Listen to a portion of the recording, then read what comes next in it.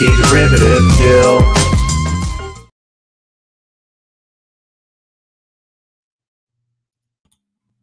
Can I offer you some tea?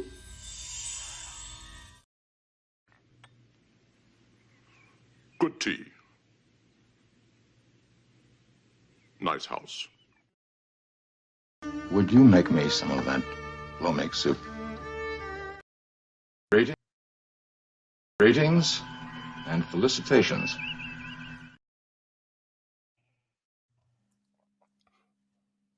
Hey, hello and welcome to Plomeek Tea Time number 55. A vow of celibacy and a bald lady. No, sorry, we're not talking about the motion picture. Nice. Alien 3. That was glorious. Thank you. This is a leftover recommendation for a Halloween stream, and it ended up here. So because Scotty really likes this movie, and I saw it, and I saw a movie about death and doom. Yeah, but it's a horror movie. But it's actually, I thought, yeah. I actually thought large parts of it played out more like a straight drama than horror. I mean, there weren't that many horrific scenes, especially in the first part of the film. It didn't really gear up into horror elements until maybe the last third. There's just one. Well, there's two xenomorphs, and only one running around chasing people. Mm-hmm. And good point. Good point. To help me talk about this movie, we have Scotty R37. How are you doing? I'm excited about this conversation because, and I think I've mentioned this before, I absolutely understand people who dislike it. I get it. But so many reasons. I love it. That too. Yeah. I love it. I do adore it. But I don't really like it. I just kind of went with the flow. That's probably the best way to approach this film. Is just let it carry you along, and just patiently wait for the story to reach its ultimate conclusion. Although I will agree with you on one thing, this is the third best Alien movie. That is my opinion. That is absolutely my opinion. I totally concur with Jill's opinion. That is absolutely correct as far as I'm concerned. Yeah, so I'm gonna go ahead and let the slides bring them in. Let the slides do the talking. Well, and who else is here to help us talk about this movie but PvP? Pleasant Valley Pickers. Oh yeah, gee, I'm just in the background. Just ignore me. Oh, I never. Actually, please don't ignore me because I'll be offended if you do. Then no, we won't. Well, when you put it that way. Oh my. Oh my. Where am I? What am I doing? Oh hi everybody. I'm wearing my Wayland Yutani hat today because F me. I'm a company man.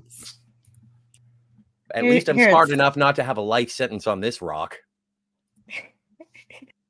Hey, it's okay if you want to quote from the movie. I do. Anytime you want. No, but this is also Jill. This is also like the first VHS that I've ever bought. Oh, really? Wow. Nostalgia. Yeah. So that does, slant my opinion. That is pretty special. So how much did you pay for that VHS way back in the prehistoric ages there, Scotty? It was either, I think it was $19.99 because my parents wouldn't let me spend over $20. Yeah. That's cheap back then. Well, and it was previously viewed and they had so many copies. Oh, previously viewed. And you put it in the VCR, did it play like crap and it was it was great. Oh, you got a good copy. Okay, because some of those previously viewed videos can be pretty sketchy, if you know what I mean. Oh, for sure. Sometimes you can get ones that are worn out. Yeah, they're just completely Or did you have to rewind? Sometimes, and I did buy a lot of VHSs. Like I got the VHS for Star Trek Generations, and I do remember having to rewind that one. Okay. I want to say hello to the chat. Hello to Shooter. Hey, Shooter. 8323. This is pretty late for a VHS, so like 1992, this movie. So I remember VHS. No, but VHS started coming out like 10 years before that, Jill. Mm-hmm. Like dude, in the 90s, VHS were everything. DVDs I know. really I'm not saying they weren't. Yet. No, you're not late. getting my point. My point is Okay. VHS was like a It was early VHS. for me because I was 7 years old. Okay, Yeah, but so well, you Matt weren't G. born Hello, when Matt. VHS Hi, started Matt because it G. started in the early '80s, You're right? right. So Hello I want to to say hi Katie. to the chat. I want to say hi to Yeah, I PBT. I want to know. say hi to hello, Matt G. I want to say hi to Franco Walker. Yeah, Matt G, Canadian Franco, Spider-Man. Spidey. Hello Heidi. and welcome everyone. Happy Friday. Please take a seat and enjoy the show. Thanks, Jill. That's Don't forget right. to like Enjoy and the Oh, show. subscribe. Charles S. Dutton. That's Sit Charles down S. in a Dutton is comfy dope in chair. this. I like how at the Pull up beginning your of the movie, well, I don't like how everybody we know and love from the last movie are just unceremoniously murdered, killed during the credits. Well, Ripley wasn't. Yeah, but Okay, I'm being Everyone nitpicky. else. part of the Everyone else. promise of the end of Aliens was that Ripley was going to be able to escape with Hicks and Newt. And so them being killed essentially off screen is a dissatisfying way to start your movie if you were looking to the continuation of those people's stories. I get that. But didn't this take place For after me, Aliens 2? Yes. it's pretty much it's like Renee and Robert being killed in a house fire And I love before that movie too. Generations. Gavin Blackburn says, "Oh, go ahead." I'm just getting a feeling Scotty likes difficult quotation marks movies. I think I have more of a stomach for disturbing or existential dread. Like I've heard friend of the show, Stark of Iron. He was talking about and this is sort of a sidestep, but he was talking about the nature of Guardians of the Galaxy 3 and how it was somewhat unpalatable or distasteful in terms of the way that the animals were treated in the film. Now, I understand that perspective. My thing is that it's like, well, if you want to make a villain, have it, put a cat in a pillowcase. So, like, I get that movie pretty much. I get the emotional manipulation of this film, and also I've never visited an alien movie thinking that I was going to be in for a good time. Well, yeah, it's not like a cuddly happy time when you're watching any alien. Well, that's movie, not what I'm expecting. I actually wouldn't mind if they killed Newt during the course of the movie. It's just that I think that we could have gotten more meaning from it, but the point of this movie is to have no meaning and to be extremely nihilistic. It is a very nihilistic film. I agree with you there. And I think that that's part of the reason why it gets turned off. Oh my God, it's all in brown, grays, and greens. It is the least, I think it's beautifully shot. I think that the dystopia of the future that is presented on this prison is represented in an organizational way around this future. I think that this is an incredible world building film. I do think the way they portray the hopeless situation of the prisoners is very interesting. I think I agree with Scotty. It's very dystopian, but I think it's very dystopian in an interesting, meaningful way because I can actually see, a group of prisoners on a far-flung planet somewhere just being left to rot like they are basically in this film.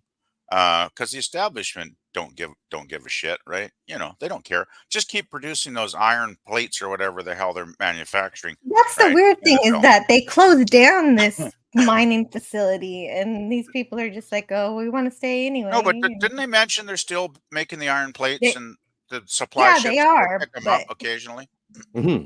Yeah, but they don't have to. It's just like they wanted to. They wanted to stay. They could have been transferred to another prison. I think they have. They wanted. They were in love with their cult. There we go. Have a quota they have to fill, though, right, Jill? Like every so many months. Mr. Clemens. Is that Mr. Clemens? Is the doctor's name Clemens? The great Charles Dance? Yeah, I was trying to picture who played the doctor because I found the doctor was actually the most saving grace of the film for me was the character of the doctor. I thought he was really good, like a really well-written character and a very, very great performance. But I don't know who the guy was. Can you enlighten me, Scotty? Well, Charles Dance. He was like modern audiences, I think, would know him best from Game of Thrones, early episodes, early seasons of Game of Thrones. Okay. Charles Dance. That's a great name, by the way. It is. Mr. Dance. And he's a great actor. He's a great actor. Oh, he was fantastic in the film. Dad, you just made me realize. Yeah. Like the cast of this movie is incredible. The cast of this film is great. And so, yeah, Charles Dance, he was the bad guy in Last Action Hero, if you're a fan of the Schwarzenegger. Wow. I have not seen that one. Without even having seen it. But I thought he was the standout performance in the movie, really. I mean, he was even better than Sigourney. I mean, Sigourney was like, Sigourney was doing her usual Ripley, pacing, right? Her usual moves. And it was like, yeah, it's okay, but ho-hum, I've seen this a couple times already. But this guy was like outstanding. I mean, he was such a compelling character. Charismatic. Very charismatic. And the dialogue they wrote for him, like a lot of the dialogue was kind of stilted and cliched, I thought, for a lot of the, secondary characters. But I say, man, they gave the doc a lot of really great lines in this one. So that was the most fun I had watching the movie, actually, was when the Doctor was on screen. I was totally immersed and enjoying myself. He's a great actor. I agree. Well, but I do want to get through some. Oh yeah, no, please, chat. Go for it, Jill. Go for it. Well, Gavin Blackburn says this movie fills me with so much feeling. I loved the first two movies. Me too. It has some great moments, but overall, it doesn't work. Would love to see the director's cut with the removed footage, and that's what I saw. Yeah. Well, it's not a director's cut. It's not. Oh, that's right, because the director hates this movie. There is no director's cut, is there? No. There's a special edition. It's a special edition, and they did their best to give us what they think the director wanted. Well, it was an assembly cut. Is usually it's the assembly cut. Is what I'm reading here. Yeah, it's what he originally made, I guess, but then they decided to cut a bunch of things out for the theatrical. Yes. And I can understand why they did that, though, to shorten the film, because it is a long film with the assembly cut. Like, man. Well, and when the assembly cut was presented, and I could be wrong, I often am, they like Fox wanted to cut it down so it would be shorter, 2 hours and 20 minutes, a bit too long for a theatrical release in 1991, I forget what year. And so this is the one that I guess he submitted before they said, no, we got to cut it down so it can make summer blockbuster money. We have an incredible IP. This stuff has been happening since forever.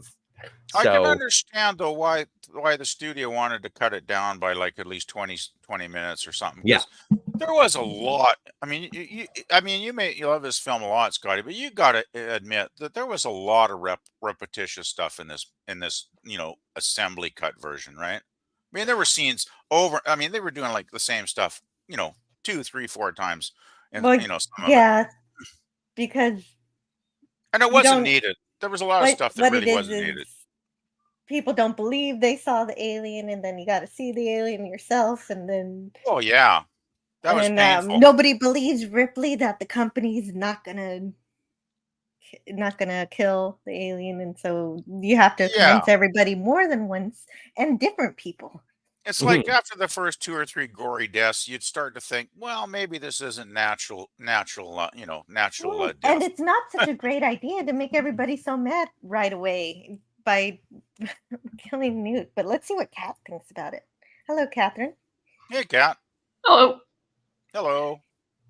Hello, Kat. Welcome. Well, give us your opinion there, Kat. Well, I tried to track down my copy of this movie and I couldn't find it, but I remember enough of the movie. But my opinion on it is that I don't really think of it as much of an alien movie as it is like a inter-prison politics type movie. And I really like the cast and everything that's going on with the characters. And it's like, oh, sometimes an alien shows up to remind you that it's actually an alien movie. And that guy right there, one is my favorite character in the movie. Yeah. Oh, I don't know. I like Pete Postlethwaite. Yeah, he's cool too. Dylan? I do prefer the extended cut, the producer's cut or whatever it's called, the one that's like 2.5 hours. Yeah, that's the one we watched. I think it's the assembly cut. I think it was. That's right. Yeah. 2 hours and 24 minutes, if I remember correctly. Yeah. Well, Kat, it's interesting that you bring up Charles S. Dutton as Dylan. Like, what do you think of the rest of this cast? Like, we do have a bunch of people who have been in subsequent David Fincher movies. Like, I think Junior was in Fight Club. Who plays Junior again? I forget the name of the actor. I was just going by the. He's the guy who attempts the non-consensual coitus with Ripley in The Garbage Heap when she's trying to get. Yeah. So it says that he was portrayed by Holt McCann. Oh, yeah, he's cool. I forgot. I didn't even know he was in this movie. That's how long it's been since I've seen this. Because I didn't even pay attention to him or somebody as I was recognized until I saw him pop up as one of the main characters in Mindhunter 6 years ago.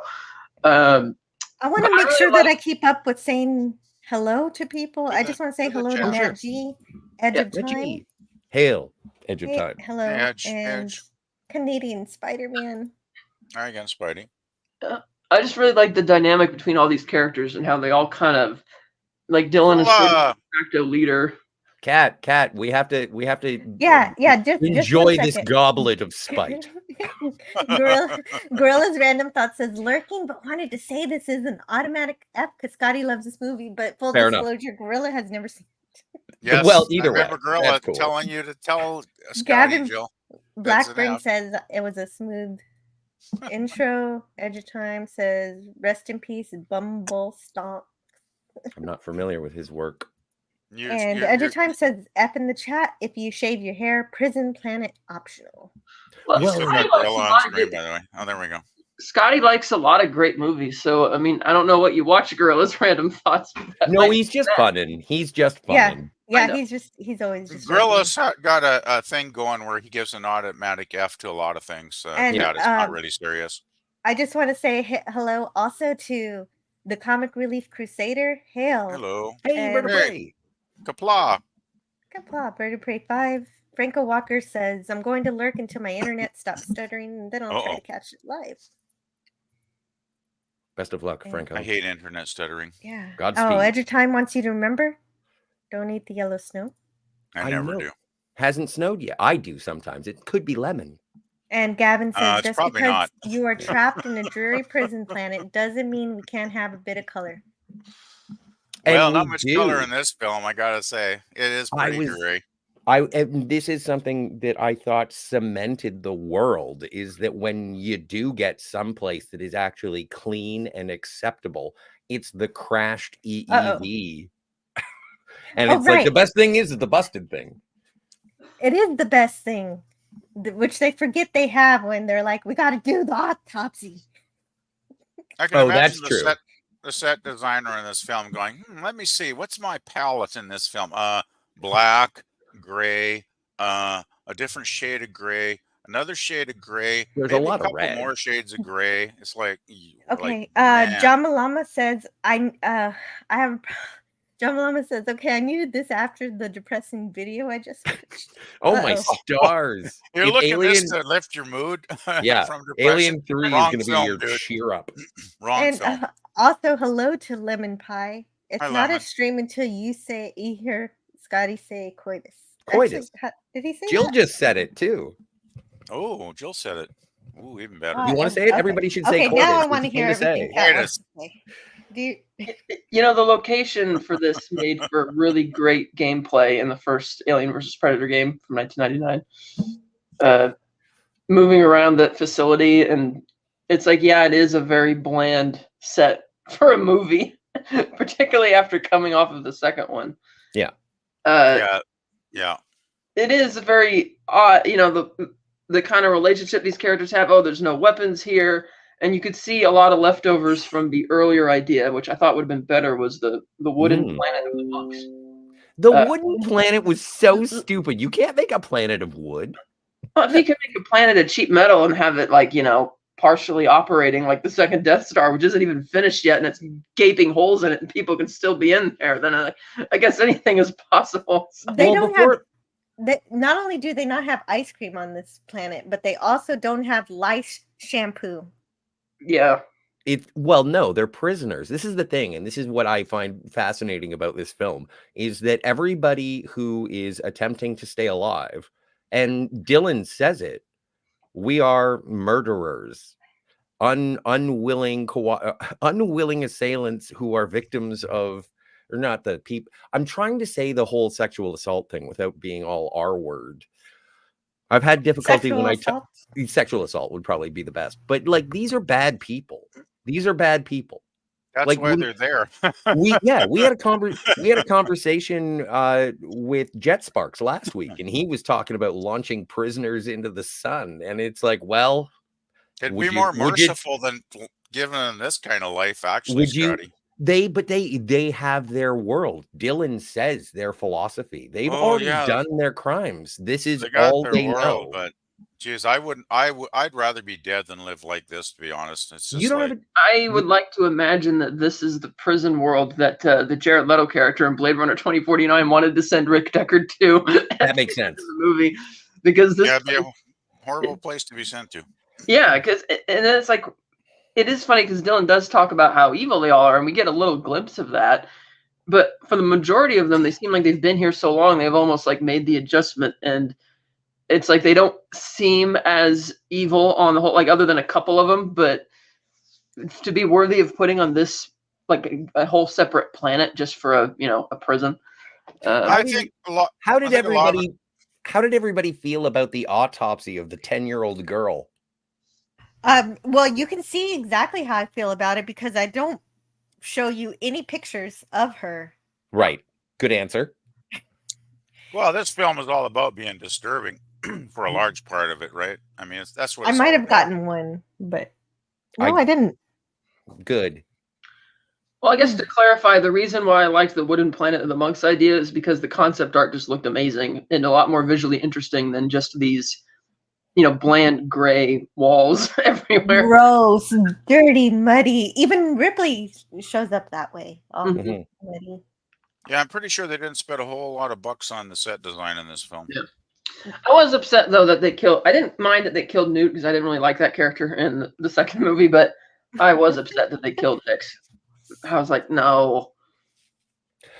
Well, they got rid of everybody that they built up in the second movie, and here's a whole bunch of new people you don't know, and you're not going to know them at the end of the movie either, except for 3, maybe. Well, okay. So to be flippant, I will say, what happens to James Bond's girlfriend at the end of the last movie? And they just go away. So that's my flippant example. The last movie is sort of dismissed. Then, and this one, they do reincorporate Bishop, and we'll get to Bishop at the end, because that's something whole can of worms. But I do like, and I appreciate, I don't enjoy it, but I appreciate that based on the contamination of the alien on the Sulaco and the ejection of the EEV, the alien took away everything from Ripley again. And this is the last vestige of Ripley trying to save the galaxy. And then she even finds out that she is, she's terminal. There is no escape from this situation, but she still maintains her character to rescue those that she doesn't know. Well, she's going to be a mother again. Yeah, that's a weird way to say it, but I like where you're coming from. Though, would you, Jill? Did they say how long it had been that she had been in space this time between the ending of the second one and arriving here, the third one? Mm-hmm. How long is it? Oh, a couple of months. Like how many years? Or a couple of months. Only a couple of months. Okay. Like I think that's one of the.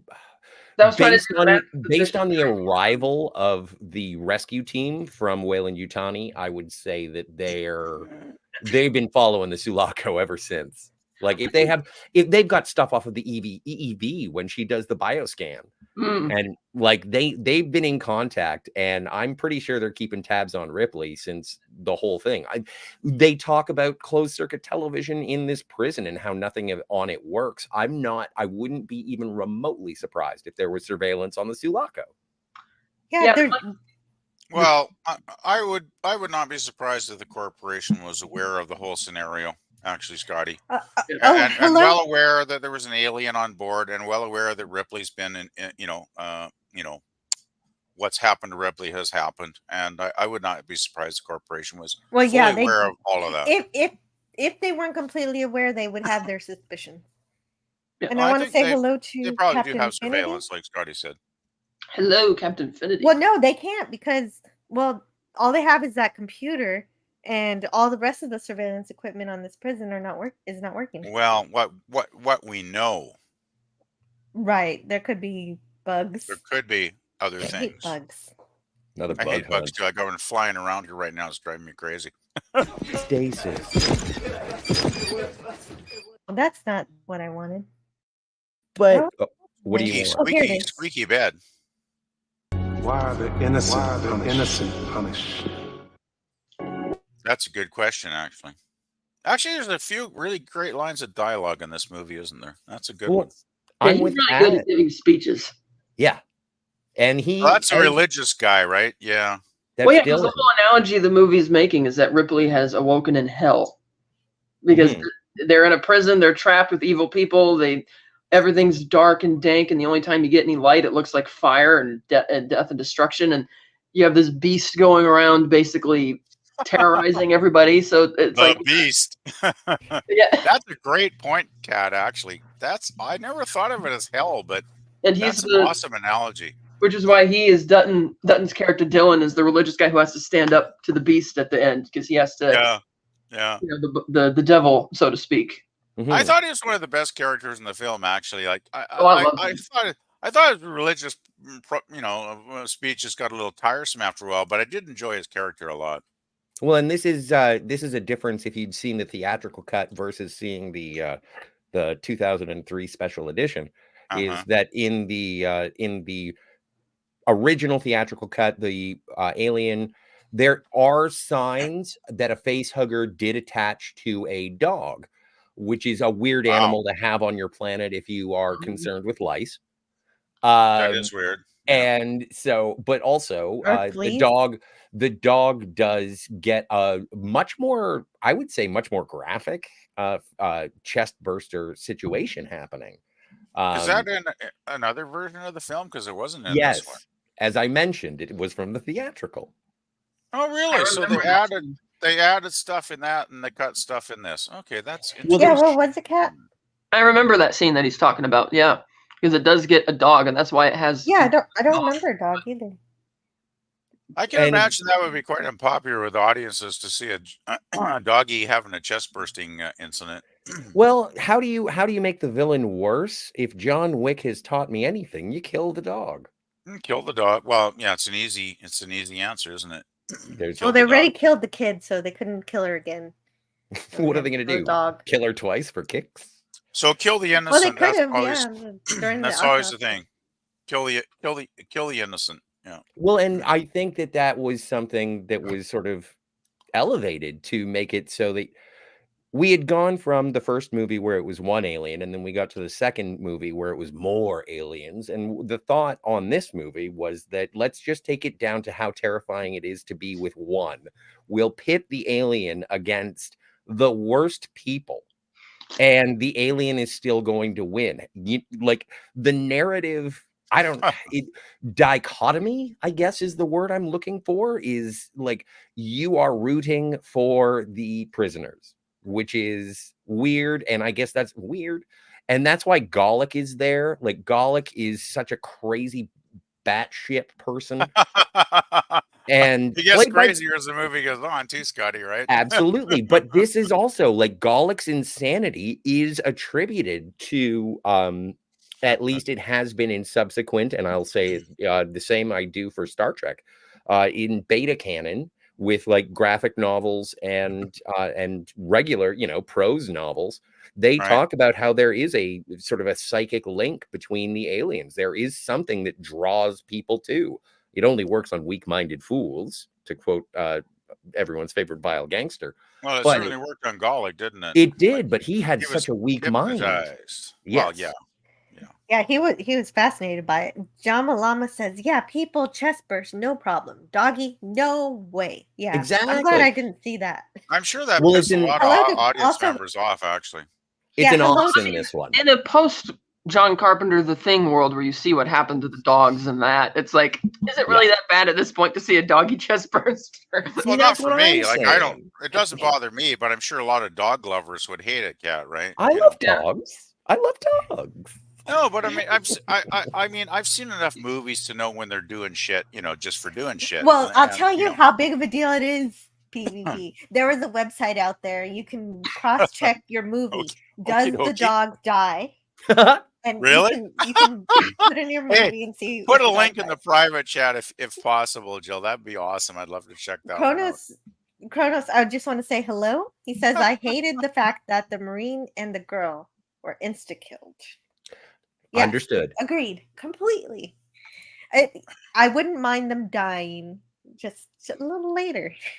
I always thought the problem is the pacing too slow and dragging. Never was an That's a good comment, Jill. Wes Cagel's nailed it. Like, that's one of the problems I have with the film is the pacing. It's extremely slow.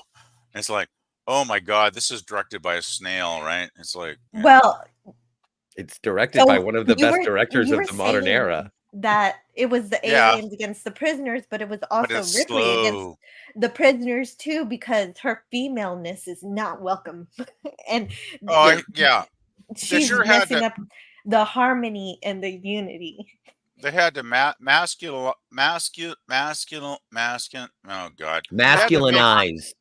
Yeah, I can't pronounce. I'm sorry. Some words I just can't pronounce. But you got it, Scotty. They had to turn her into a man essentially when they shaved her hair off, right? Because she looked like a man. Again, I think that's an interesting dehumanization once everybody is bald and everybody sort of looks the same. Totally. But that's the nature of the planet, not the nature of the society of the world that she has landed on. I mean, they used the lice was the excuse to do it, but basically the reason, not excuse. The film desexualized Ripley to a large extent. But then she has sex.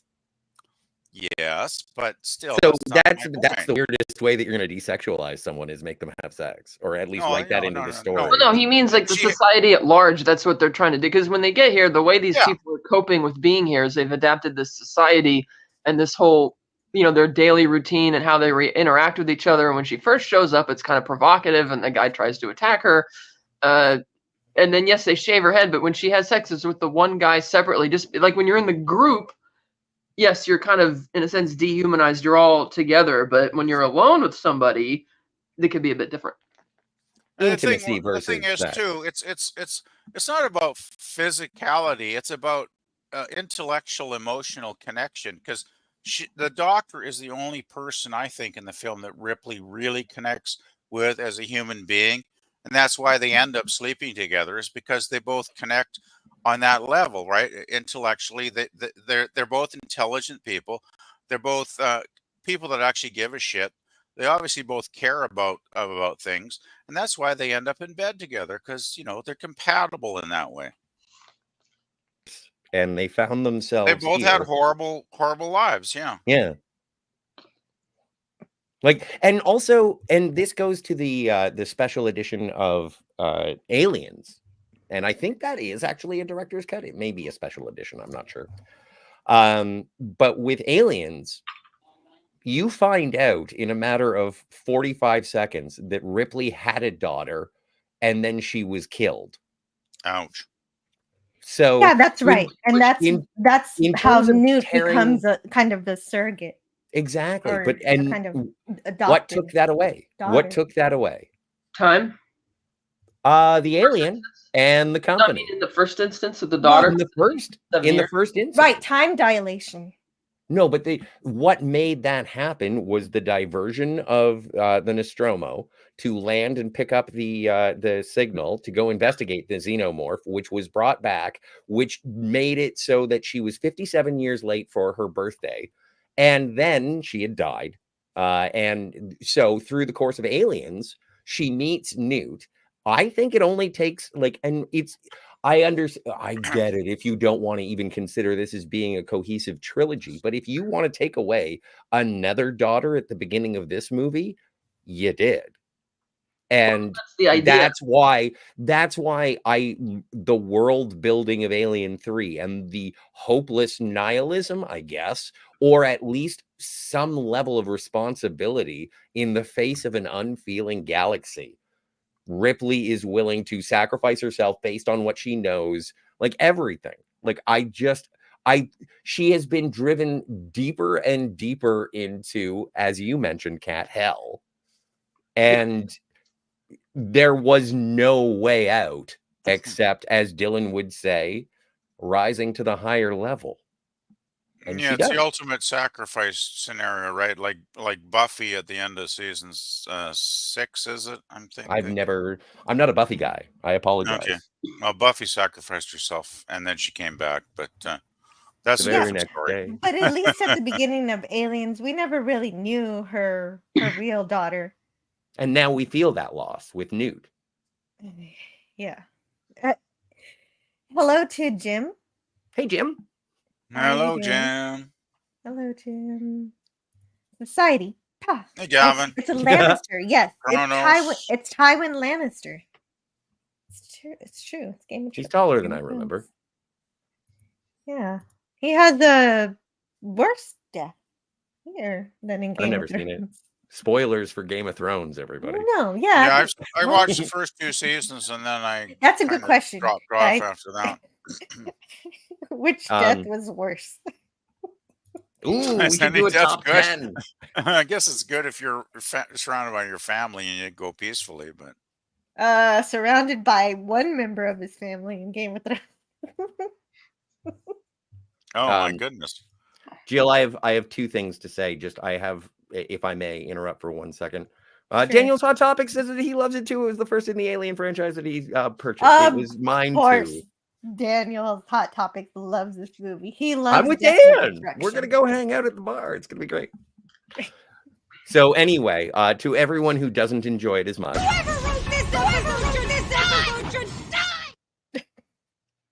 There, it had the fire too. It did. And then also, I have to excuse myself just briefly for this reason.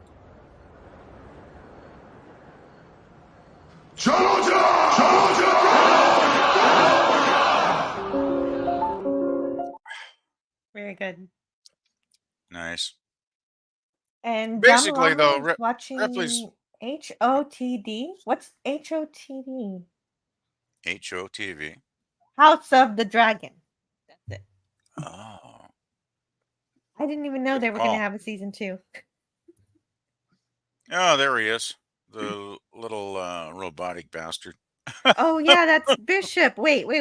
I think Bishop all broken and disgusting. Bishop. Oh, this is the sexual assault scene, is it not? Yeah. Yes, it is. This may be very uncomfortable. Which, of course, you should be uncomfortable if you're a normal human being. Oh, God. I like how Ripley says, "Fuck you, no," and she's fighting it all the way. Good old Ripley. Gotta love her. Yeah. Yeah, and Dylan comes to the rescue. Thankfully, yeah. And he says, what does he say?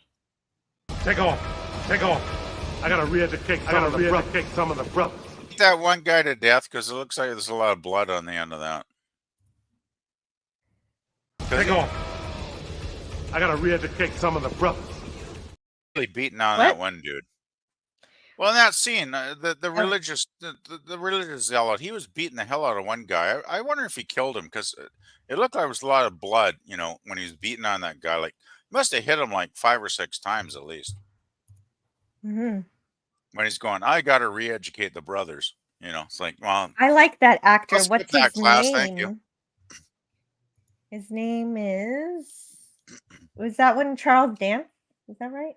Wait a minute. I gotta figure it out.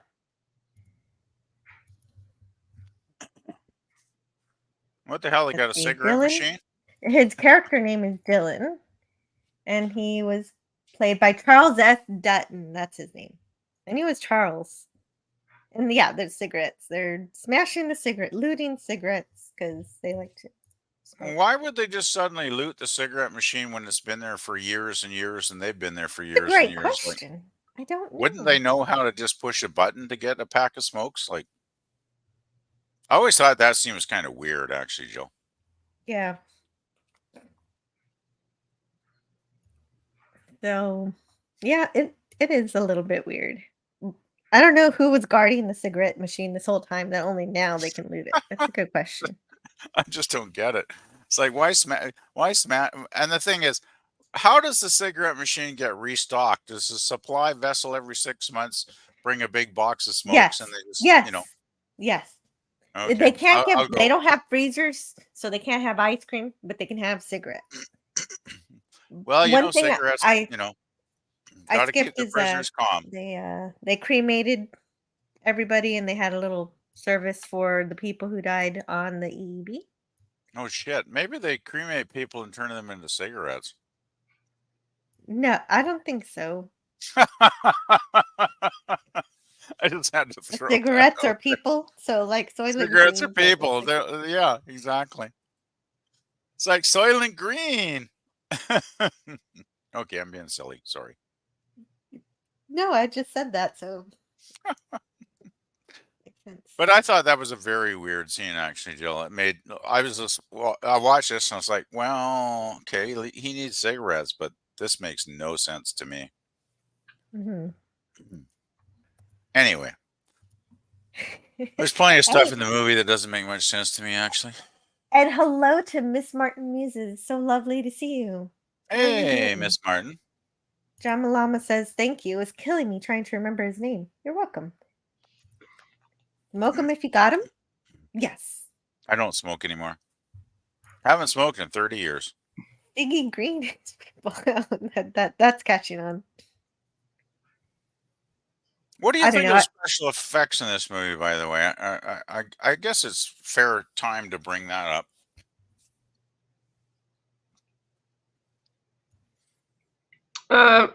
The effects are kind of so-so. Particularly some of the shots of the alien, which are clearly CG, which is a bit distracting. Yeah, I thought the same, Kat. I found the close-up like this that Jill's got on the slide here. The close-up effects I thought were fine. I thought they were, convincing enough, right? They're actually quite good. Well, the thing is, the original guy couldn't do the film because he had other responsibilities. Ridley Scott? Yeah, well, no, the effects guy. I can't remember his name. Oh, the original effects guy. He did the first two films, and then he's like, no, I got other shit I'm working on, so I can't.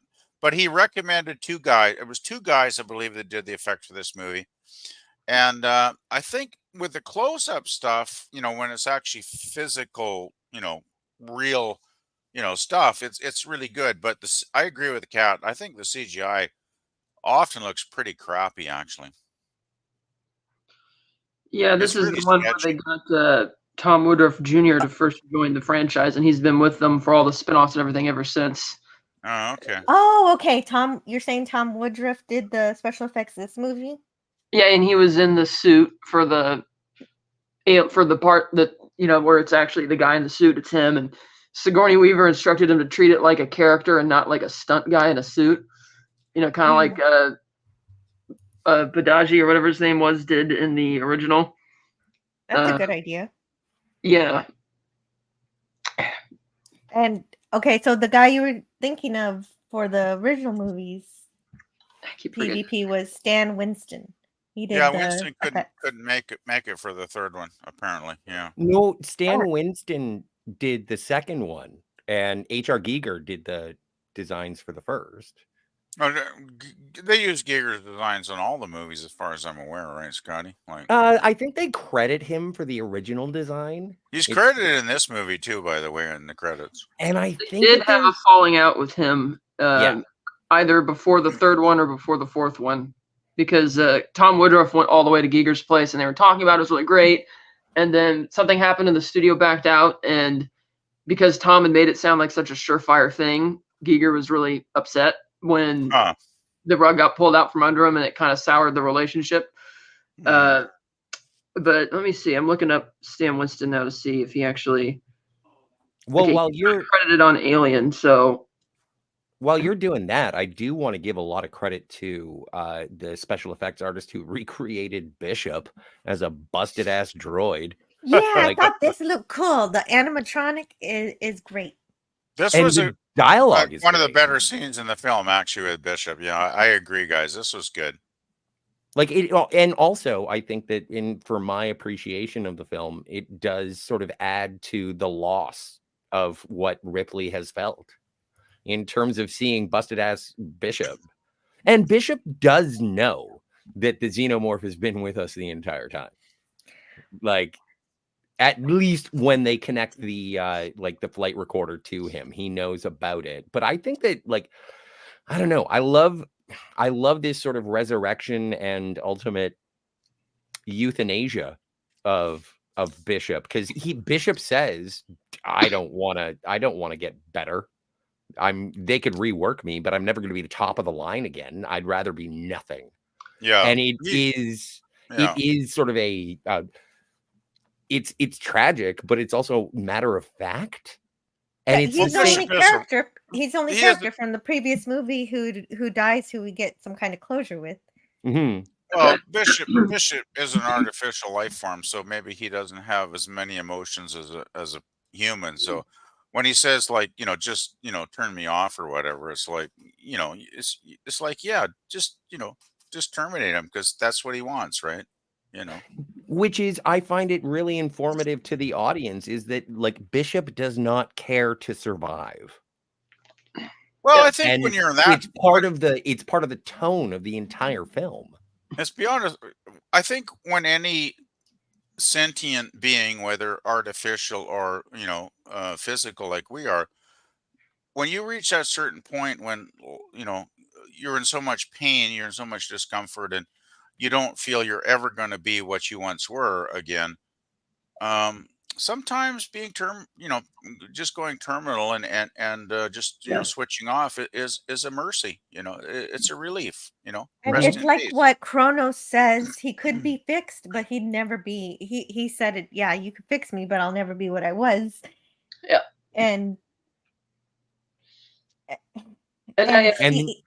But I don't. Yeah, right.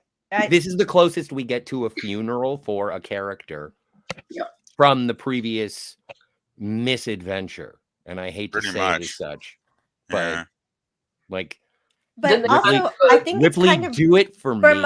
I like it from a character. I like it as a character moment, like as an emotional leverage kind of thing, a bridge of, hey, here's a character that you cared about in the last movie who you actually get to know what happens. Well, even in the first movie, right? Like, he was in that one too, was he not, Bishop? But from a science fiction perspective, I don't like it because he is a running computer. He's somebody who could be useful to the operation in some way, possibly. And so they could figure out how to turn off the pain and just say, I know you're in pain and everything sucks, but everything sucks in this movie anyway. So why don't you hang out and help us out a bit until the threat's gone, and then we'll kill you. But which happens again with Ripley later on. Yeah, that's what I'm thinking. They could have used that to foreshadow that. Yeah. But that would.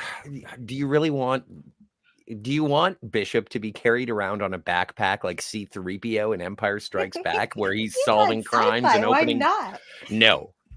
This is like, what do you consider Bishop to be? And one of the greatest, one of the things that was a savior of Alien and Aliens is that in the first movie, Ash was the villain. Ash was the company man. And that generated a distrust from Ripley onto artificial persons. And by the end of Aliens, there was a reconciliation between Ripley and a machine. And in this one, that reconciliation and friendship is carried forth by Bishop asking to be deactivated, and she complies. And when Dylan is when he's trying to decide, and I agree with Dylan's decision, when as far as Ripley knows, and as far as Ripley has seen in her life since experiencing LV-426, just kill me. Just kill me. It'll be fine. And Dylan says, no, we have you, and you are an asset, and we are going to use you the same way that the company used her. And she is more remorseful about that. She wanted to sit out the entire end battle. Well, realistically, what could Bishop really do after that point to help them anyway? Because they know what the problem is that you have an alien with acid blood, you have no weapons, and it's like, what's Bishop going to do? I don't know, maybe a diversion, maybe something, some kind of relay to the other computer. There's another computer on the base. Because they did do a pretty good job coming up with their own plan to, deal with it. I think, but I don't mind some kind of more sci-fi stuff being thrown in there. I think and Bishop I think they could have used him somehow. I think basically, I think Ripley downloaded all the information from Bishop's memory banks that she could get, and there probably wasn't much else there left anymore because he was. But the problem with that is that even though I do like this as a character scene, you don't really learn anything from that scene. That was just a retelling of everything that happens in the credits. We don't learn a lot in a lot of scenes in this film, though, do we, Jill? I think a lot of it's like we repeat, rinse, repeat, rinse, repeat. That's a lot of this film. I disagree with that, Todd. I think that it is. I think that this is the final breaking, like the pressure put on Ripley. She is. Well, it's the last connection she has to her previous life, right? When she has to terminate Bishop. But she doesn't try to save everyone in Aliens. That's why Kronos doesn't like Alien 3. I think Ripley terminates Bishop out of compassion because she does have some kind of connection with him, even though he's an artificial, quote, life form. She does respect his wishes, and which I think is kind of sweet, actually. So yeah, he helped them and saved them at the end of the second one, so she's returning the favor in a way. Exactly, Kat. Yeah. And I looked it up, and H.R. Giger did all the effects for the first one. He sculpted the stuff, and they had local effects people helping them out, but he sculpted the costumes and the face huggers and all that stuff. Nice. And then Stan Winston took over for the second movie. And while credited, I don't like they used rod puppets. They used, CGI in this one. And the special effects are, if you don't like early 90s CGI, they were trying something. Well, I think that also has more to do with the fact that the insane production hell behind this movie with all the shifting deadlines and changing demands and not being able to wait on the physical effects and then having to rush certain things because David Fincher has famously disowned this movie, blaming the deadlines and constant studio interference for why it turned out the way it did. They rushed it too quickly.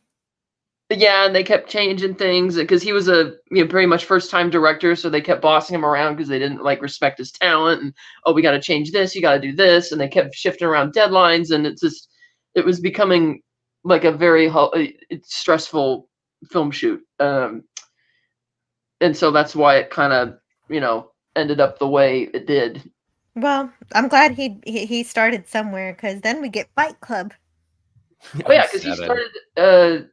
I think he started working. He was credited as one of the assistant camera guys for Return of the Jedi.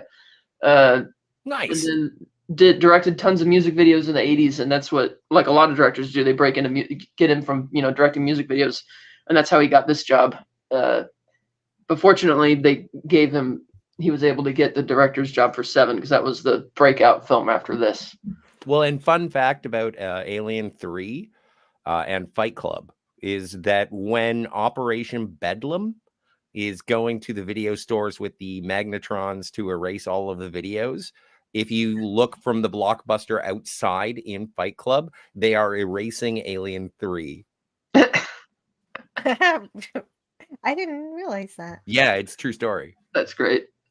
Oh, and I wonder if one of the people doing it was actually the mechanic because it's the same actor from Alien 3. That'd be cool.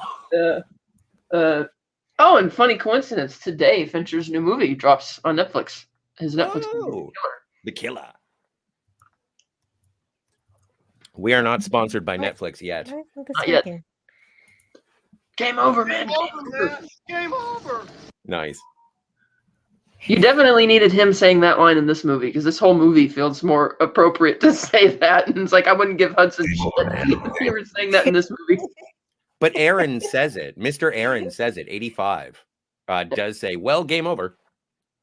Mm-hmm. It's a fun little callback because it's like, what are we going to do? And I was expecting, we'll build a fire, sing a couple of songs. And then, Aaron says 80 or 85 says game over. Also, interesting, Mr. Aaron from this film is Rick Oley from Star Wars Episode 1, The Phantom Menace. That is true. So I do like that. Again, I love this cast. It's like a Where's Waldo of, hey, it's Doctor Who. So. There's Doctor Who? What? Yeah, Gallic, the guy who gets sprayed in the face. That's the 8th Doctor. Oh, all right. That's cool. There's a story about Paul McGann telling his friends, because it was like, I think it was after With Nail and I. Yeah. But he said, I'm going to be in the new Alien movie to all of his friends. And then they went and they said, you kind of indicated that it was going to be more. And so with the 2003 special edition, all of the Paul McGann stuff gets put back in. But he's a crazy person who disappears halfway through the film with no rhyme nor reason. The theatrical movie just cuts his part? Oh, that's so crazy. The entire so you know how they get the alien into the toxic waste closet, and then Gallic goes and opens it up again? Yeah. Not in happen? The theatrical, like cut out. But how does the alien escape in the theatrical? It never gets caught in the theatrical. Yeah. It's just like when all of the tunnels are just on fire. They lose the alien. Like the alien's gone. They never catch it. And so and then they skipped straight to Ripley seeking out the alien with that pole. Okay, I gotta say goodbye to Jamalama. He says I got a Zoom meeting in a few minutes. I don't want to leave. Hopefully I can hop back on. If not, bye. See y'all soon. Cheers, Jamalama. Bye, Jamalama.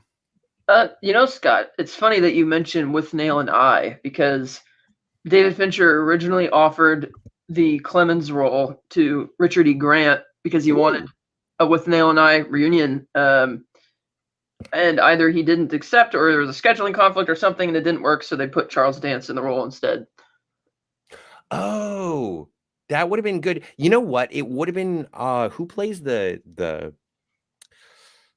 maybe I'm brainwashed by The Rise of Skywalker, but Richard E. Grant as the warden would have been a cool thing as well.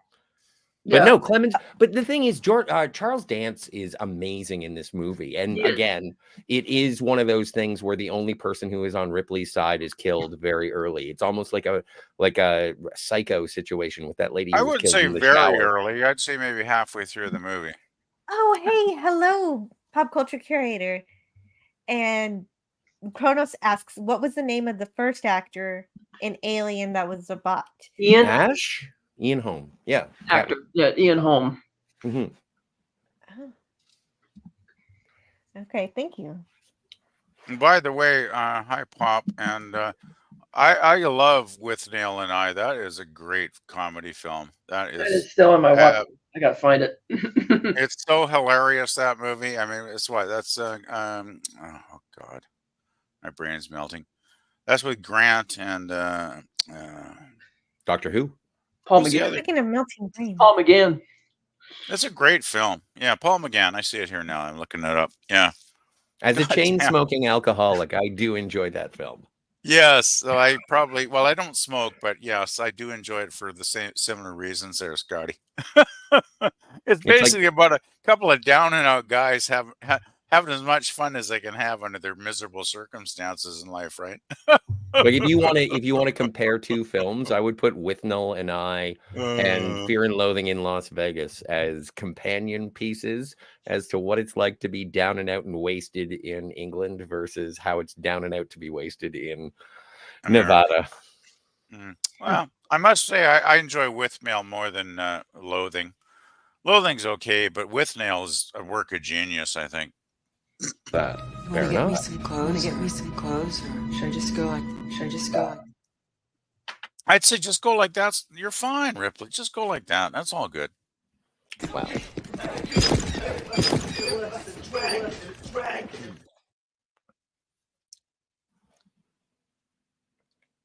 Which is great. Dragon. It was the dragon. I like sort of the mysticism that is bestowed upon the xenomorph. Is like they just call it an alien in the first one, and then they call it a xenomorph in the second one, and in this one it's the beast, it's the dragon, it's just the stuff of nightmares. Yeah, I do like that little cartoon playing. They're not really living in reality here, are they? I mean, they are in hell, like you mentioned. They are basically in hell, so it makes sense. But again, it's a prison.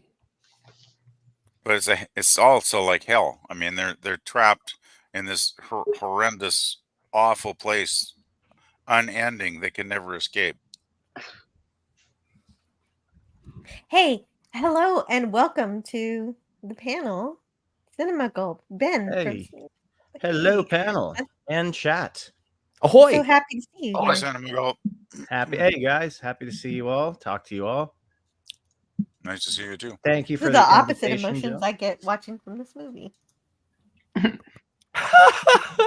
Ben, what do you think of this masterpiece by David Fincher that he has disavowed? I thank this movie for a lot of things. I thank it because I learned a lot about screenplays.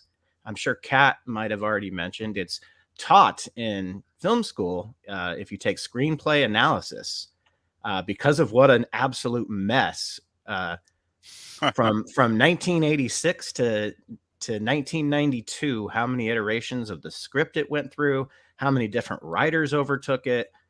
It's amazing it's even cohesive, but I'm not a big fan of it in the overall franchise of Aliens.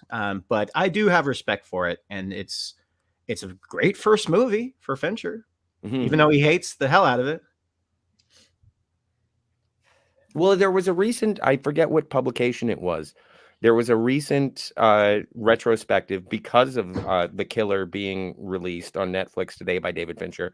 We're not sponsored by Netflix, but they were going through the iconic shots and iconic scenes of David Fincher's career, and the whatever publication was, they showed him the picture of Ripley with the alien, which we will see shortly, and he just sort of, he wasn't as, I'm not going to talk about it, as he just said, you know what, this is how we did it. I have a lot of my feelings on the film are well known, but like they talk about how they got the practical alien head and they filmed it in, they had like 3 hours or something like that, a ridiculously short amount of time to get one of the most iconic shots in the Alien franchise. And you know why that is? And you know why it stands out so much in this movie?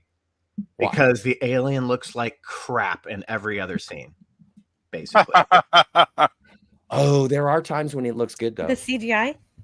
Yeah. You like the CGI? No, the CGI is awful. I mean, the CGI the CGI is bad. I agree, Cinema. It really sucks, basically. I can't argue. I forgive it. Is this spoilers? Can we? Yeah, it's from dude. Do you guys on Friday? Well, no, actually, I've done this on Tuesday too. I don't care anymore. You can go on from the beginning to the end to the middle, whatever. But before you do that, I have to. What do I have to do? I wanted to say hello to Shield of All of Dragons. What's up, everybody? Hey, Dragons. And Kronos wants to know who the new panelist is. So before you give us your spoilers, tell us who you are. My first name is Cinema. My last name is Gulp. You can call me Mr. Gulp. You can call me Cinema. It's up to you. I'm just a fellow YouTuber and friend of Jill's and pretty much everyone on this panel. Yeah, so nice to meet whoever asked that. Yes, Kronos. Oh, Kronos. Yeah, Kronos. I know Kronos. I've seen Kronos because I watch your show. So yeah.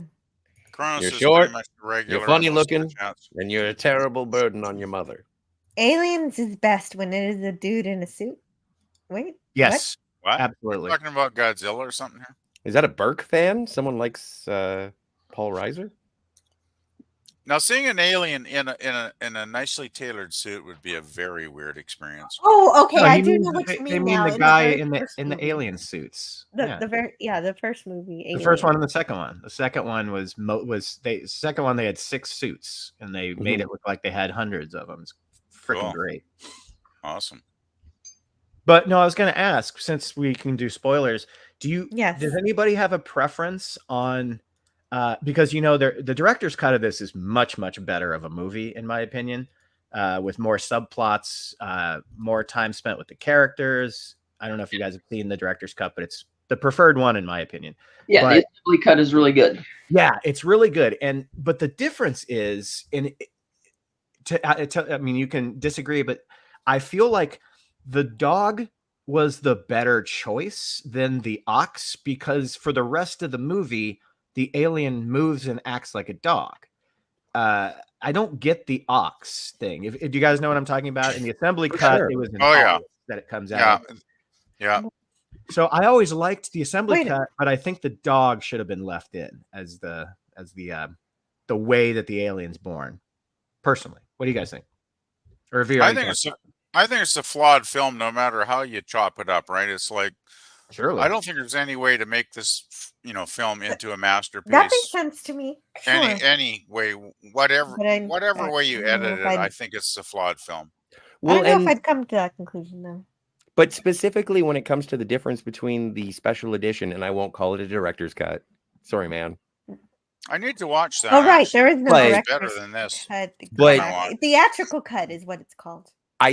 Theatrical versus special edition, but in terms of the difference, I agree with you that the dog makes more sense because the alien does move more like a dog. And even before that, when you get a clear A to B to C of there is still a remaining face hugger on the EEV, which does attach to Spike the dog, and the owner of the dog.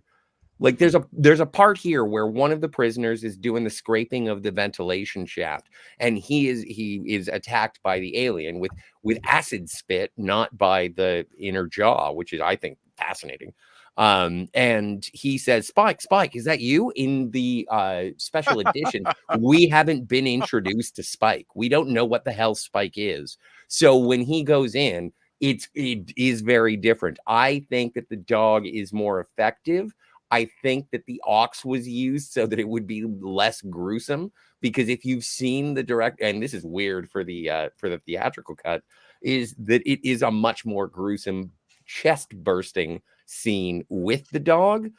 But then also the problem is the size of what is burst is basically the same size as the dog. It's almost like the Thing. It's weird, but I do prefer it. It's another thing where they really derail the life growth of a xenomorph. Yeah, the life cycle, where it's not supposed to come out that big, and they ended up kind of doing that for the rest of the franchise, which I really hated. I love the life cycle of the xenomorph in the first and second one, where it's just a little guy, just a cute little guy with a top hat who sings "Hello, My Baby."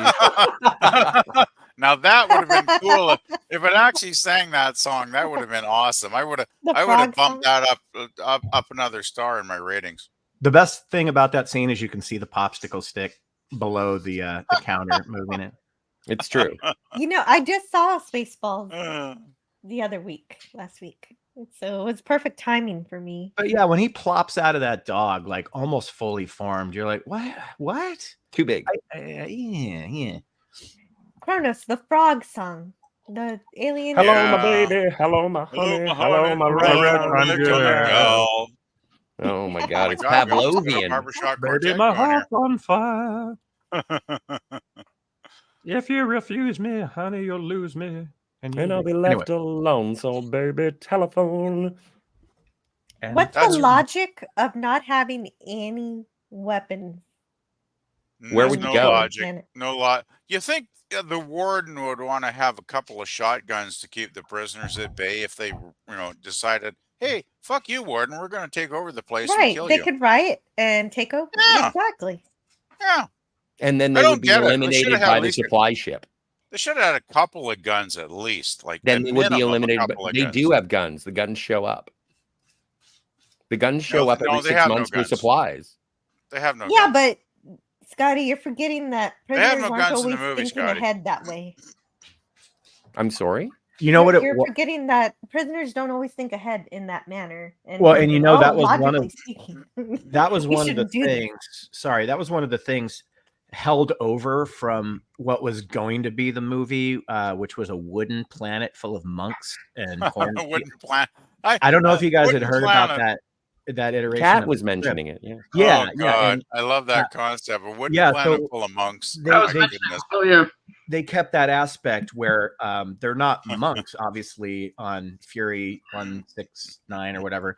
They just have like a mutual religious kind of base where no weapons. I mean, honestly, if there were weapons, there's way more prisoners than there are guards. Like, who do you think would end up with those guns in their hands at some point? Yeah.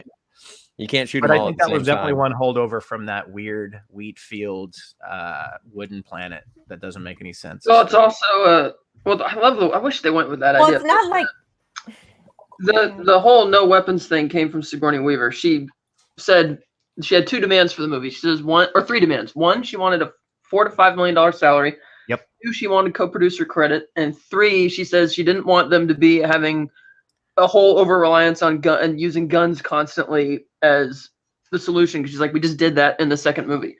Yeah, but it was a holdover from that script because that was one of her demands. Yeah, and didn't she also have a demand that she wanted to have sex with an alien?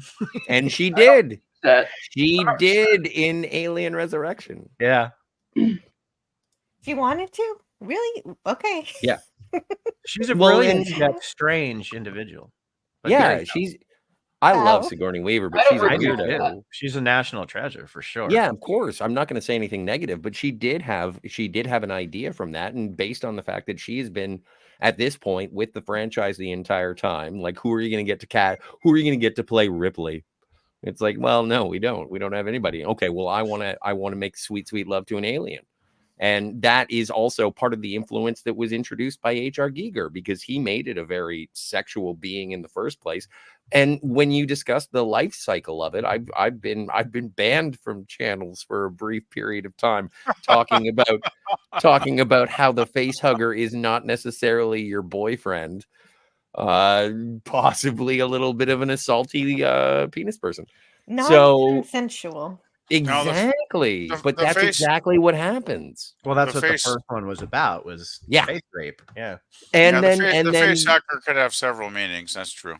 And then even in this, when they talk about how Ripley got spoilers, got the face, like the queen alien impregnated in her, she says, I was violated. And it is like, it's something that is addressed in the film in terms of what kind of a monster we are dealing with. Like our protagonist has been raped in the face. Just when you bring up that she was impregnated by a queen alien, just makes me hate this movie so much more. Oh, it makes no sense. It's terrifying. It adds weight to her. But it doesn't make any sense. Like it doesn't. It doesn't matter. It's just it does. It does matter though. It does. It totally. No, matters. I know. I'm being dismissive. I'm being. The thing is, how did tell Ripley us how it doesn't make sense that she's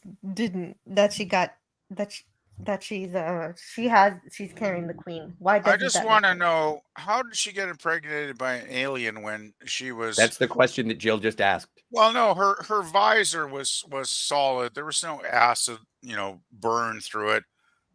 So since she was sealed in stasis, how did the alien reach her to do that? The bigger question is, how did an egg get planted inverted upside down on the ceiling in the corner of a room when we saw every second that alien was on that ship, when did that lay that egg and how did it lay that egg, especially in that position? Because, I mean, we saw it needed that sort of sack to lay eggs. Maybe that wasn't the only way it could do it. Maybe that was just a way of placing them.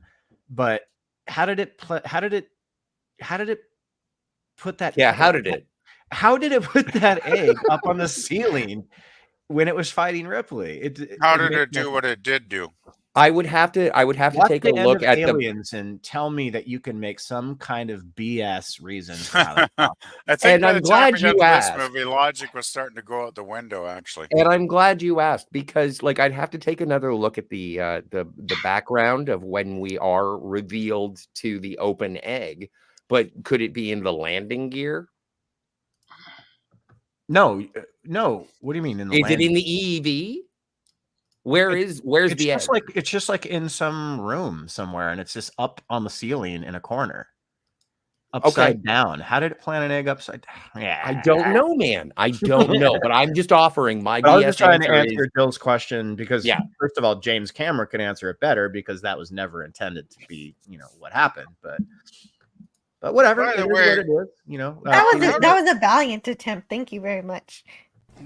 Well, I think stick it to the ceiling, kind of like in that alternate cut of Alien when you see Brett kind of cocooned in an egg.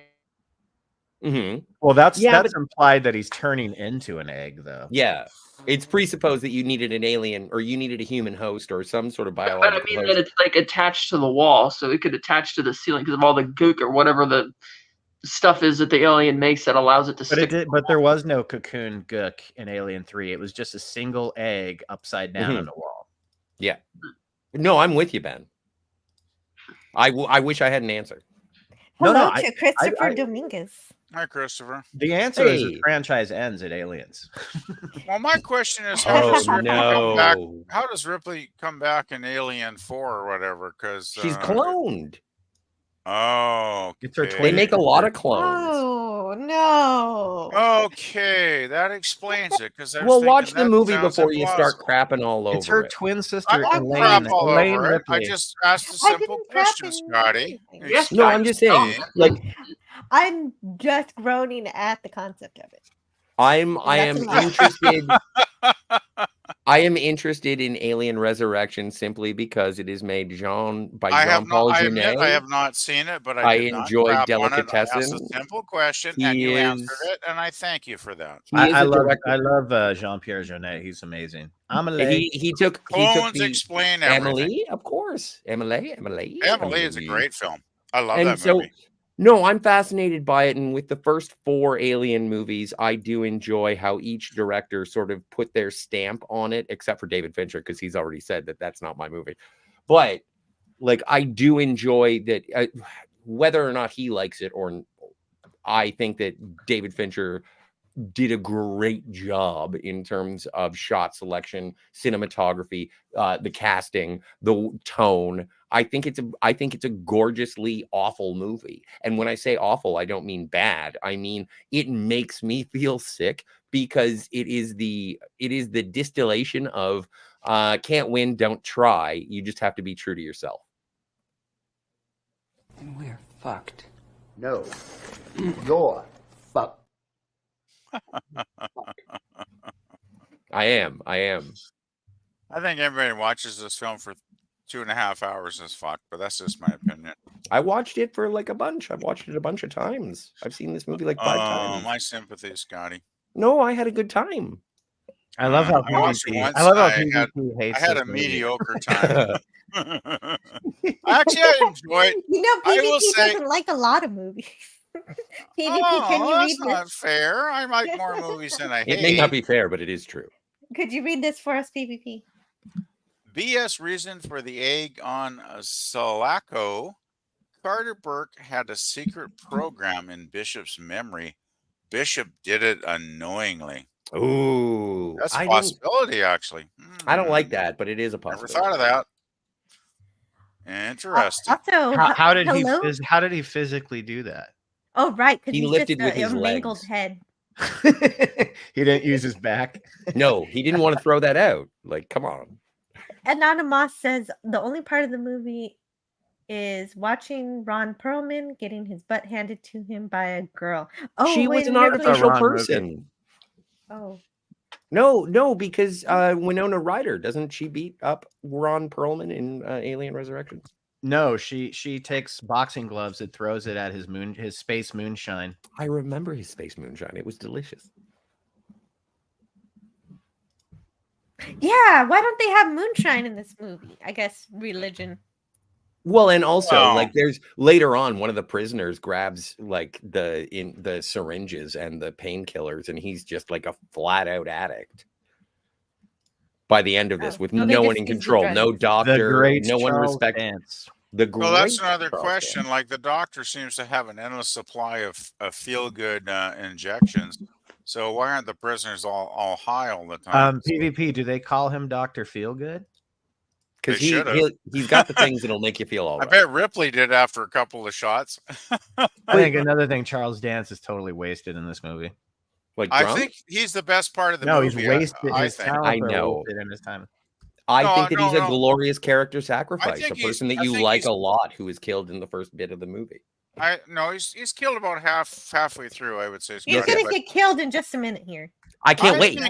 I think he is the best part of the film. I loved his character. I loved his acting. I loved the way he delivered his dialogue was all top notch.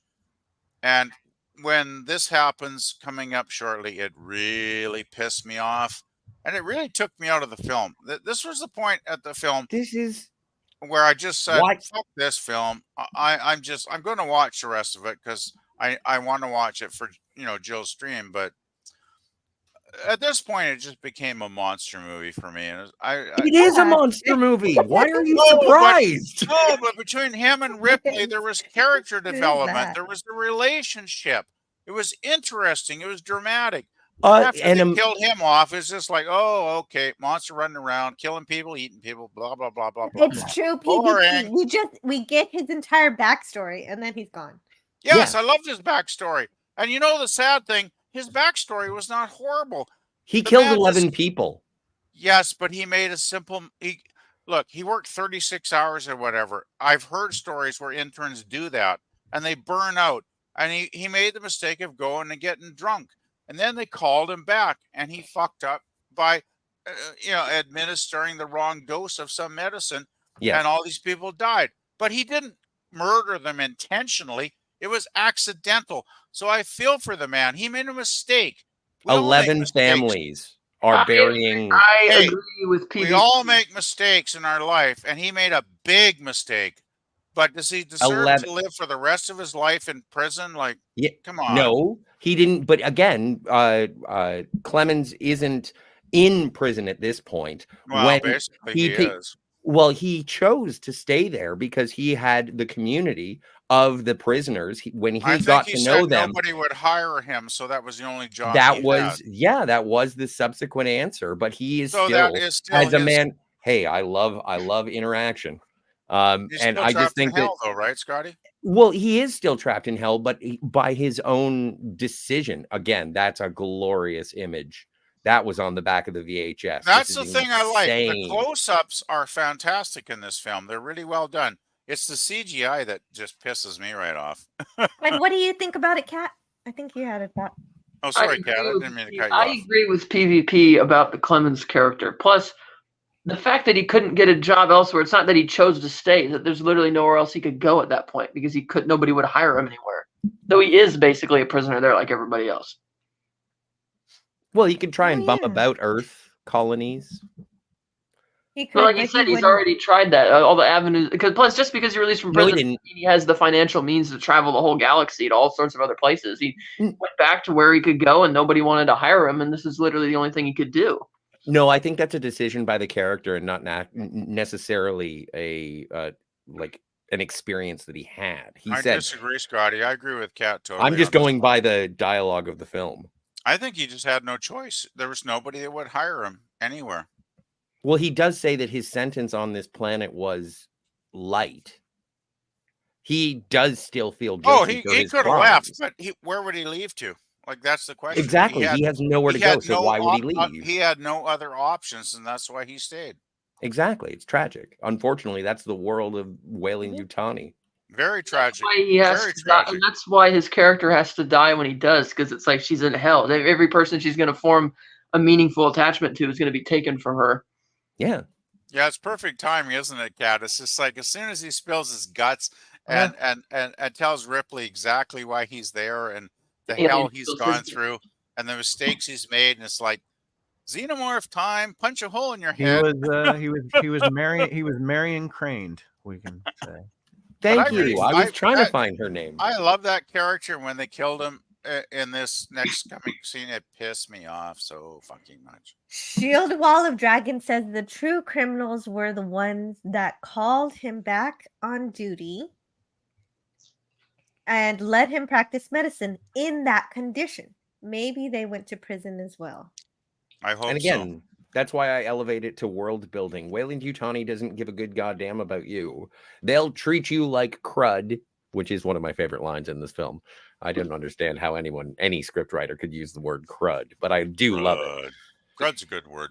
No, not coming from Sigourney Weaver. Anonymous says this movie lost me and made me mad in the first 5. Me too. I got so angry. I messaged Scotty right away, but this motherfucking movie killed me. There you go, Gorilla. I want to hear more Angry Jill reviews. Buy your lottery ticket. Okay, Jill, I want a really gut-bursting, chest-bursting, angry review at the end of this. You don't kill little Rebecca / Newt. You don't do it. It's not a good way to start the movie. Jill? Not by way. Like I get it's a horror movie. She can die later and more with a little more meaning. CG. Oh God.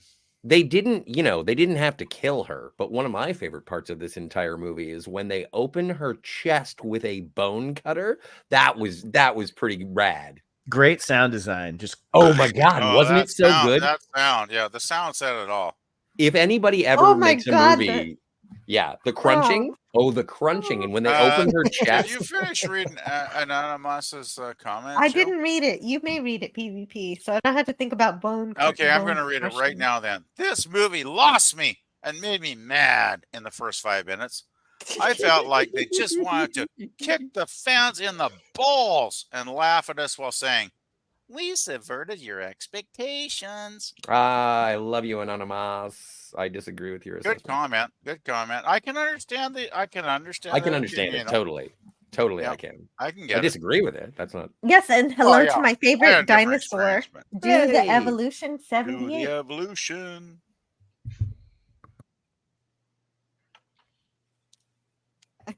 Thank you. Angry Jill is awesome. Well, you know, I think we need more.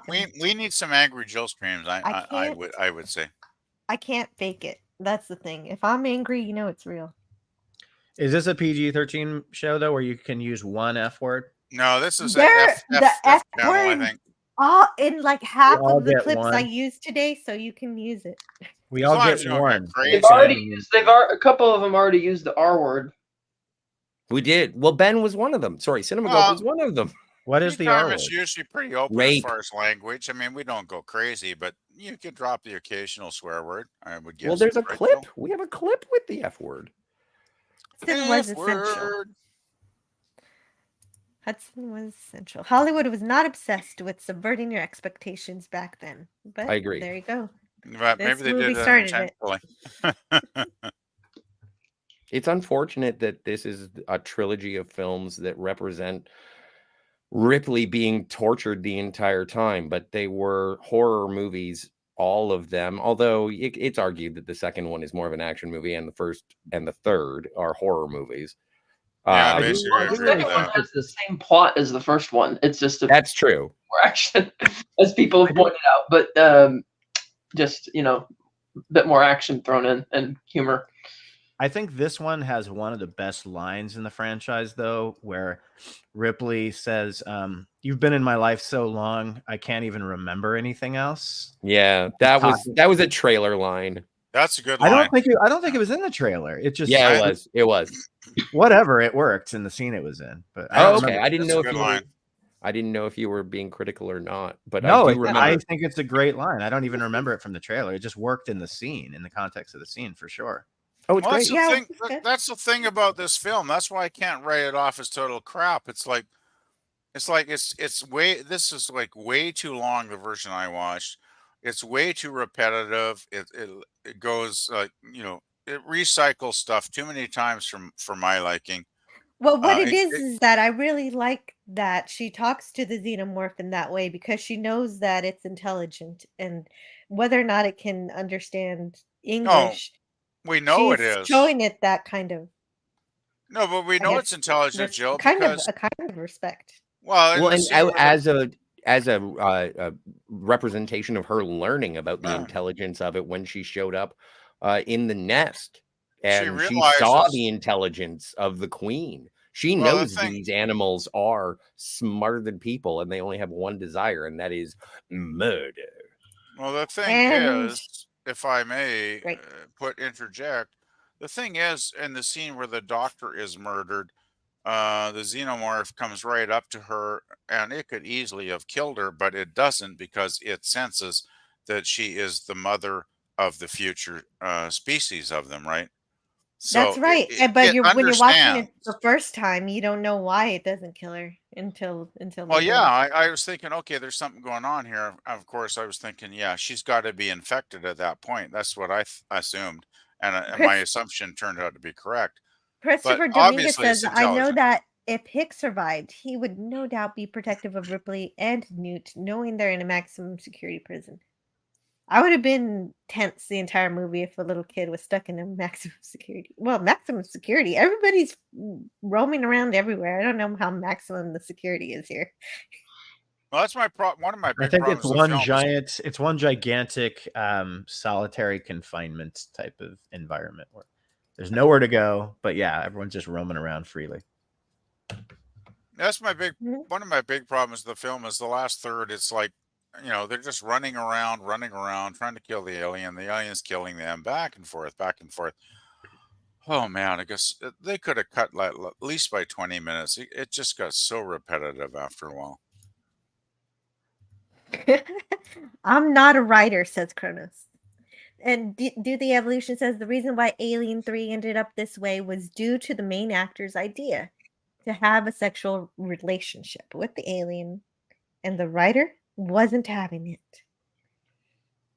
That's so. I just think making love to the alien is a gross concept. Personally, it's amusing me in a weird way. Shieldwall Dragon says, "Damn, I have to go back to work. This is a great conversation." Oh, okay. I hope you can enjoy it on the replay. You got to go back to work. I'm sorry about that. Have a good work shift, Dragon. Hope it goes by quickly, man, or lady, or whoever you are. Oh shit. The real question is, who is going to buy me a membership to Jill's channel? That is a good question. Somebody would have to buy a gift, a gift membership. I just think this was a shit movie compared to the last two, says Kronos. That's a very, very concise I would review. say it's mostly shit. Mostly. I agree with that. I don't hate it. Anonymous says, I may not be a subvert expectation scenario, but it definitely was nihilistic. Ripley isn't allowed to have a happy ending sort of mentality. Yeah, it kind of takes you back to the first movie where people die for no good reason. Well, they die in the first movie because they can't stop the alien. True. and also here. She said, I'm out, but they offered more money and came up with this script with 2 alien birth variations, and this is Alien 3. Oh yeah, they were gonna do. Yeah, they smashed together 2 different ideas, right? The prison idea it's with the monk. It's a hodgepodge of things. Yeah, there was a million ideas and so many different scripts being thrown around, and ideas and treatments and storyboards. I mean, it's insane. Oh, I think Geiger. eventually Dark Horse Comics put out like a limited run of what the original idea was going to be, which is where sort of like space mercenaries come on the Sulaco and take Newt or something like while everyone's in hypersleep. And then Ripley. It's a long story, but I remember Dark Horse did the comic of what was intended to be the original idea for Alien 3, and it was really cool. But again, like Sigourney Weaver didn't like it because it just had more colonial marines, and I think she was like, "Well, we did that already." But the story was really involved and it had all kinds of stuff, conspiracies, and Weyland-Yutani was a huge part. Is that the one where they go to Earth? No, that's Earth Wars. That's good too, though. I like that.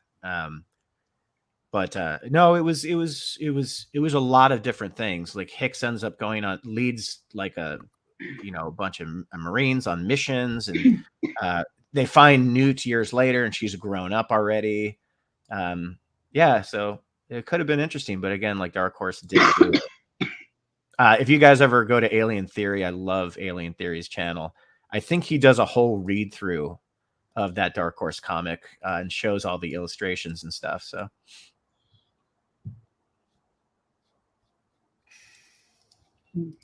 Christopher Dominguez says H.R. Geiger had some concepts for Alien 3, but they were rejected due to time constraints. The Bambi chestburster being the only residual concept that made it onto screen. Bambi? And hello, welcome to Toffee 20. Well, I guess maybe in Geiger's it was a deer instead of a dog or oxen. They called it Bambi because of like you were mentioning earlier, it's more fully formed and the way it bounces up, wobbling around on its legs, kind of like Bambi. And so that was the nickname that came up for it. Thanks, Kat. I get that. That makes more sense. When that thing runs off and it's all, oh, it was so laughably dumb. The CGI is really bad in this film, I must agree. Well, I think that was one of the few puppets that they used, was just a quick puppet shot, but it was just so dumb how it's like, it's like this little guy who's like, lunchtime. Well, compared to the first two Alien films, the effects in this one, they suck pretty bad overall. Coffee 20 says, wish they'd kept the mess hall cocoon scene from the script. Oh, I don't know about that mess hall cocoon scene. Are there like 100 versions of this film floating around over there? Apparently. Captain Infinity says, I am of the opinion that it's more than mostly. Alien 3 starts shit and remains consistently that way until the final frame. It is quite literally one of the worst trilogy closers ever made. The best thing about Alien 3, it ended. But it didn't. That's the problem. They did Alien 4. So the captain has not knowledge of what he's talking about. Alien 4 was against all of the original producers' wishes, where they didn't really have anything to do with it. They hated the idea. They said, "Hey, if you do this, God bless and good luck to you. We're not involved." So Alien 4 does feel like it's very removed from the other three movies. It's just a cash grab, I'm guessing, right? Cinema. It's just like, it didn't make much money. Let's rake. Well, no, but they think it's going to make money because it's like, oh, these Alien fans are so stupid. They'll watch anything. Just slap an alien. I don't think that's fair. No, especially not in 1992. But they do that, do they not? With sequels, it's like, oh, we'll just put out another crappy sequel and people. Well, 4 does feel like they did. I think they did put effort into this movie. Yeah, where 4 does feel like a reaction. I know we say that a lot now. It feels like a reaction to fan backlash on 3. Okay, let's put aliens back on a ship. We'll get a group of people who are kind of funny and quirky, and we'll put a gun back in Ripley's hand, and everyone will eat it up. And it was 11 years after Aliens. It didn't work, but it could have been like it could have been studio reaction to people not liking Alien 3. Oh, welcome back, Kat. I was wondering what happened. Yeah, well, I thought they really should have ended the franchise on this film because it was kind of the perfect ending. We haven't got there. I'm not going to spoil it you can do what you want, but Captain Infinity says, in fact, I found Alien 3 such a downer, I used Old Yeller and Schindler's List as a palate cleanser. And Alien 3 should have been the end of the saga, says Christopher. The film had a sense of finality to it. Yeah, I exactly. totally agree. I totally agree. Well, I think Aliens should have been the one that ended it. I know, and also, Well, Aliens is the fairy tale ending. Oh, now's a Captain good. Infinity And they blew up attacking a me once planet again in filled the with chat. aliens. See ya, They Captain. didn't Don't blow let it the up. door They slap just you on the ass on your way out, buddy. they nuked a site from orbit. It was the only way to be sure. But no, That's but like, so and sweet, Captain. Thank you for I think fucking remembering me. now is a good time to Sure. say that if anybody is a fan of the Alien series and you enjoy Aliens, Cinema Gulp, you have some videos about aliens, don't you? Yeah, we did a 35th anniversary for Aliens. Yeah. I think the problem, PvP, is that he was saying that the movie ended, and you were saying it didn't end because there were sequels. But the movie Alien 3 does have an ending where we get to the credits, and that's the end of the movie, and that's what he's That's talking where they about. should have ended the franchise, in my opinion. And I have my Mhm. opinion, and Captain decided to like make a snarky comment. No, not really. He was just giving his Oh, opinion read it on the again. actual It's kind of movie. snarky. The only time he's snarky is here. but I'm not but passive it was aggressive. just No, you're not I passive stated at my all. honest opinion that this film should have ended the franchise. That's all I said. Alright. That's all I fucking said. And you know what, I Which is was completely unrelated to what he was saying, but okay. I played the tabletop role-playing game of Aliens with my friend who was hardcore into the Colonial Marines and absolutely adored Hicks and Hudson and Vasquez and Drake, the whole kit Vasquez and is a caboodle. great character, man. Well, yeah, no, She rocked. she's She never been rocked. mistaken for a man, but Oh, Hudson I didn't has. care if she was a man. She rocked. But and we went to go see, like, he I hated kept Alien 3, and we went to go see Alien Resurrection or whatever it was called. And he was like, yeah, that was worse. That was worse than watching Alien 3. And so he didn't Oh, that's not like good. it because it made it sort of undercut. And obviously the Colonial Marines aren't a thing because it takes place like 1,000 years in the future from this film. Oh, fuck. And I hate it when they so do that. yeah, but it's got Dan Hedaya and Michael Wincott, so it's pretty Oh, dope. man. I don't know. I think Alien 3 is the third best Alien movie. It's true. I think I'm there's not arguing with that.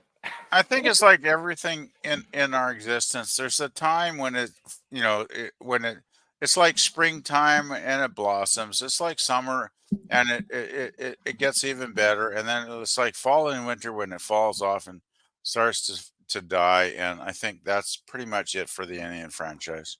No freezers, no fucking ice cream.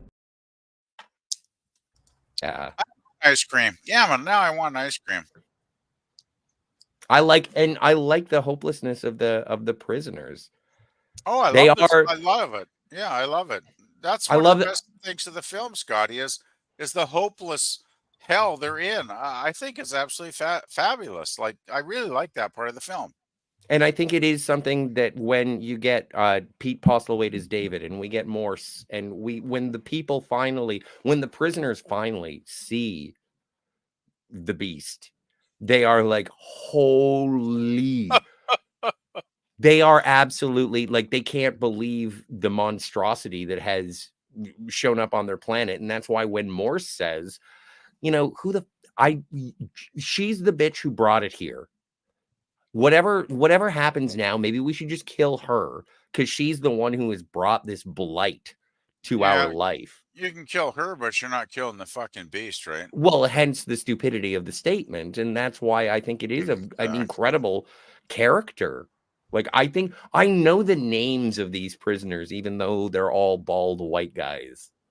Like, I know these characters. Actually, if you know all of the characters in this movie, I would like, not all of them, but I know. I applaud you if you know all the characters in this movie because I really, to me, they're all just like, because it's one thing they don't have characters. It's one thing they don't have any weapons, but they don't even have any batteries for their flashlights. They're and most don't have much of a personality either, other than be angry. I think they all, like, I don't know all their names. I know Boggs and Rains. I know David. I'm angry. I know Morse. I know Clemens, Andrews, Aaron. And that's as far as I can. 85. And Dylan. Somebody's like a number. 85 Junior. Well, 85 is Aaron. That's his IQ apparently. And I was wondering what is the age for mental disability, and it's around 70. So well, good for him. That's pretty low. Well, so he's not above, mentally disabled. So he's above the IQ of a radish, then, Jill. Yes. So am I. He could tie his shoes. That's probably. Good. He can read. Yeah, he could read, and well, he's a second in command. Oh, by the way, the warden that got killed off in what was it, the kitchen, the commissary, or whatever the fuck where they all eat. That was a cool scene. I when he got plucked up in the ceiling and eaten. Yeah, I think that was the moment when all the other prisoners went, "Holy shit, we really have, like, Ripley is telling us the truth. There's some shit going on here, right?" So that's definitely the best jump scare in the movie, like legitimate jump scare when he just plucks him up to the ceiling. Yeah, that's pretty cool. Yeah, I agree, Cinema. That was one of my favorite scenes of the movie. Totally. Yeah. Christopher Dominguez says, I like Alien Theory. I've been watching his lore videos for 6 years. He and Mr. H reviews are excellent in explaining the world of Alien. Oh, I wish I was that into it. I have a casual interest in Alien, so it's like, yeah. This guy milks it, man, in a good way. Like, I mean, what's the character in this movie, Scotty? The guy that the final survivor, the lone survivor, kind of the funny guy. He's like the guy that we just saw. He's like, no more fucking ice cream. I can't remember the character's name. I think Scotty took off, but so Alien Theory, like, Alien Theory dug up this whole story where that guy, the only guy that's the character. Yeah, he's the only one that makes it off the planet. He ends up writing a book and becoming like rich and famous about the experience. It's cool. It's cool. You can. Alien Theory has a whole video on it. That's great. Awesome. My life on a hell prison planet, escaping from a monster. Now I'm writing a book, so you. Yeah, the lone survivor of the beast. That's excellent. I never knew that. Man, that's cool. That is pretty cool. That's is really great that somebody can love a franchise so much that they can build their whole channel around it and dig deep into it, even when there really isn't that much to do with it. That is great. Oh, there's a lot of extended stuff. A lot of stuff. Right. A lot of discarded stories and comics and things. Wow, that's very cool. Wes Cagle says the best thing I can say about this film is that Alien 3 is the best third installment of the Alien franchise. Yeah. When I first heard Scotty say that, I thought that was the perfect way to review that. Is a very factual statement I cannot argue with. That's funny. I liked how Scotty was, when I first jumped on, he was in the middle of talking about how in each movie, they kind of refer to them in different ways based on, what their knowledge and approach to it is. Like the alien, the xenomorph, this one's the beast.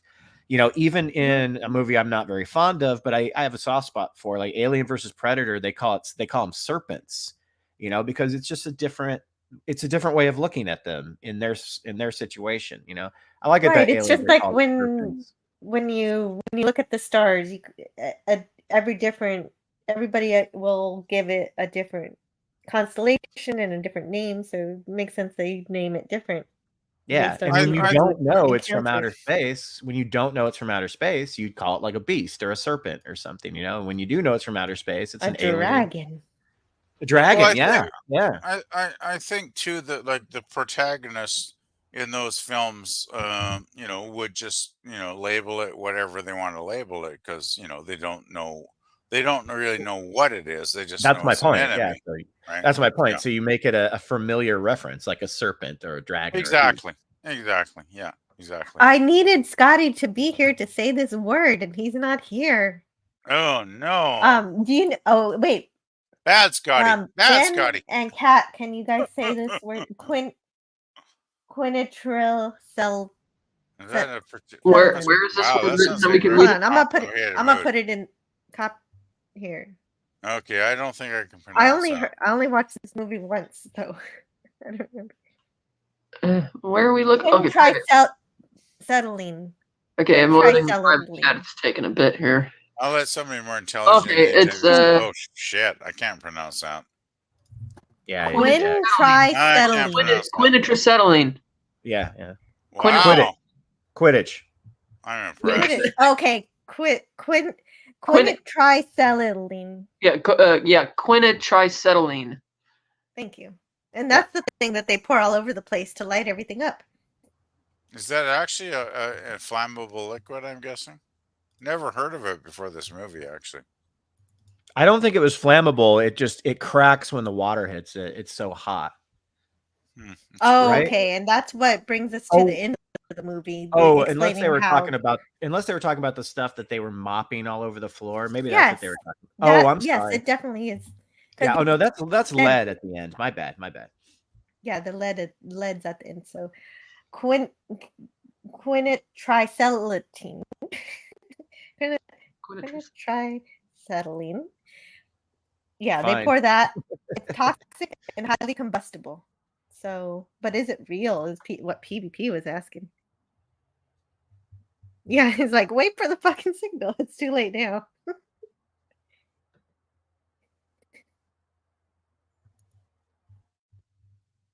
Let's see. I don't think it's real. Is it? Let's see. Quinitracetylene is okay. So quin is used as prefix 5. Nitri refers to the nitro NO2. And then oh, they're actually using chemistry for this CH3CO. So that's pretty cool. Using that knowledge, we can map out that the molecule is a pentamer, a polymer composed of 5 monomers. Hey, are you guys there? Am I live? Is there anyone here? Yeah. Yeah, no, I'm here. I'm just checking. I'm just listening to you try to figure out that word because I'm Okay, so it's definitely fictional PvP, but they actually used real chemistry to construct it, which is cool in terms of the fictional. Well, it reminds me of that quote. That's a made up word. All words are made up. Yeah, but they use the real periodic table to bring it together, and it's really nice. Go. It's a polymer composed of 5 monomers. These monomers must have 1 acetyl group, 1 nitro group, and 1 triple bond. So that's pretty great. Anyway, it just blows everything up. That's all you gotta really know.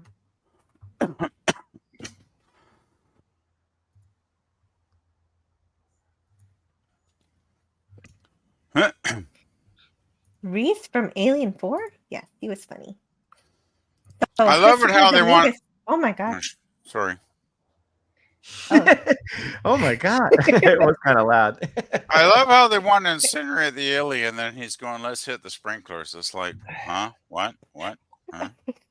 Because well, the lead wasn't. All the men are catching on fire. It wasn't. They weren't supposed to set it on fire until they lured the alien, and everybody got away safely. Yeah, but they're idiots, right? If they had an actual good plan, they wouldn't have been incinerated. I say let them burn. Well, they were all idiots. They were all idiots. That was kind of the point. It was like in Aliens, you have these tactical Marines that figure out ways to do this, and they still end up, dead. This one, because it has that slasher vibe to it, they're just getting picked off because they're just all dumb. They have no idea. Because all they do is they know how to play tag. So they say, "Come and get me." That's the problem with the last third of this damn film. It was all let me play tag, and I got that's so when you really bored after can't a while. tell. You can't tell any of these dudes apart during that whole segment. Like that's the problem. Yeah, I agree. Hey, I'm gonna I'm gonna put the camera on the other bald British guy, and then the other bald British guy. They all look exactly the same. Yeah, it was all the same shit. It's like I'm a dumb fuck. The alien's gonna eat me. Come and get me, fucker. Like in this Jill's lovely screenshot here. It's like. I actually got bored. I actually probably should have, got some food and like had a snack watching the last part of this film because like, oh man, seriously, man. Well, maybe you did. Scotty, don't. And xenomorphs have some resemblance to snakes, says Christopher Dominguez. Wes Cagle enjoyed Alien 4. I also liked Alien Covenant. I don't know why it gets so much hate. Well, some people like Picard or Discovery too. Oh my God, PvP. My I favorite. don't know. I haven't seen Covenant, but is it as bad as New Trek? I doubt Well, it. I can't imagine it could be a hell of a lot better from, does that, let's put it this way. Do any people talk about those movies very often? Like, probably a reason they don't. I'd say the very best thing that Alien Resurrection has going for it, and I'm not making a joke, I love this. It has 3 legends. It has Brad Dourif, Ron Perlman, and Michael fucking Wincott. Like, to me, that's amazing cast right there. So and Winona Ryder, who's fine in it, I guess. But those three guys, hell yeah, in an Alien movie. But is the movie any good? It has its moments. According to Tiger Stripes, Covenant is a piece of shit. Hated it. Also hated Alien 3. Thank also, you, Tiger hello, Stripes, for sharing. Stripes. Hi, Tiger. Yeah, hey, Tiger. Love to see you here. Always puts me in a better mood. Oh, she likes Renona in Alien 4. That's cool. Noni Ryder? Okay.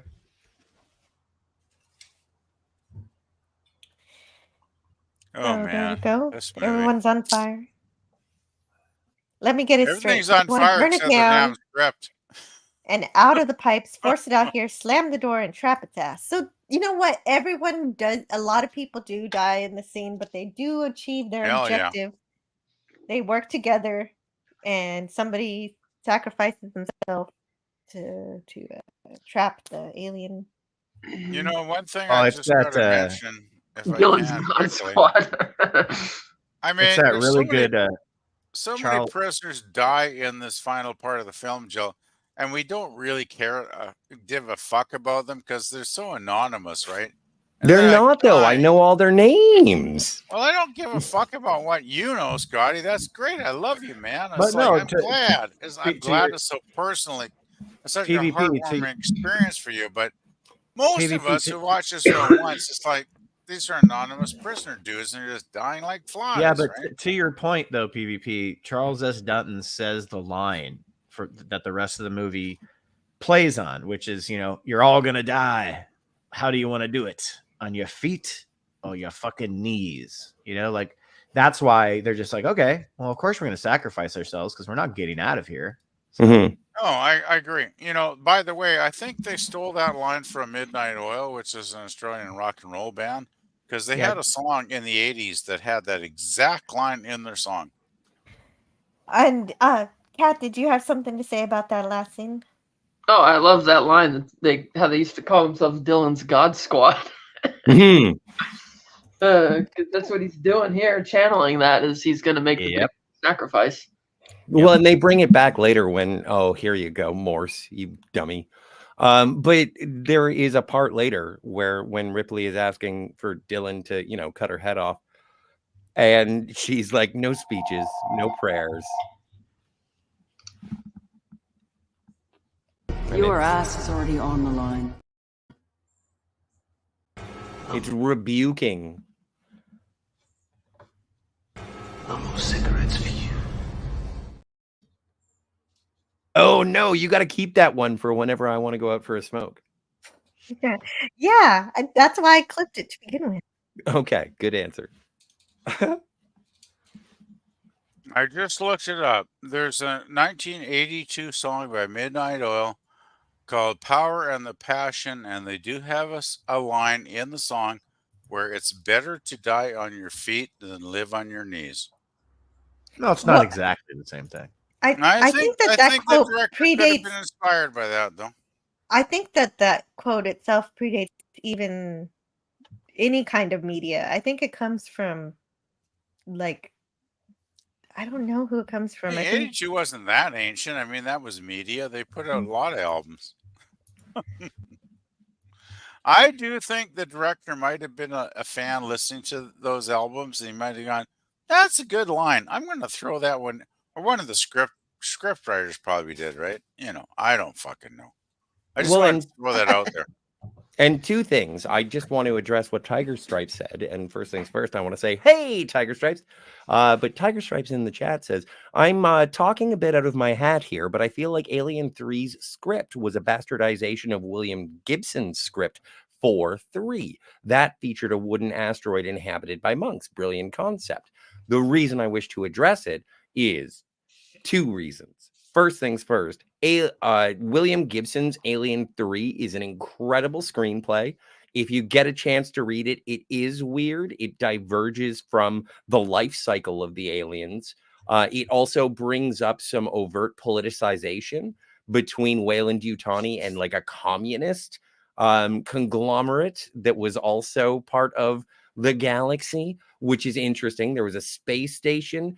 It is fantastic. There was an audiobook and a comic book adaptation, but the wooden planet was not William Gibson's original, like his Alien 3 screenplay.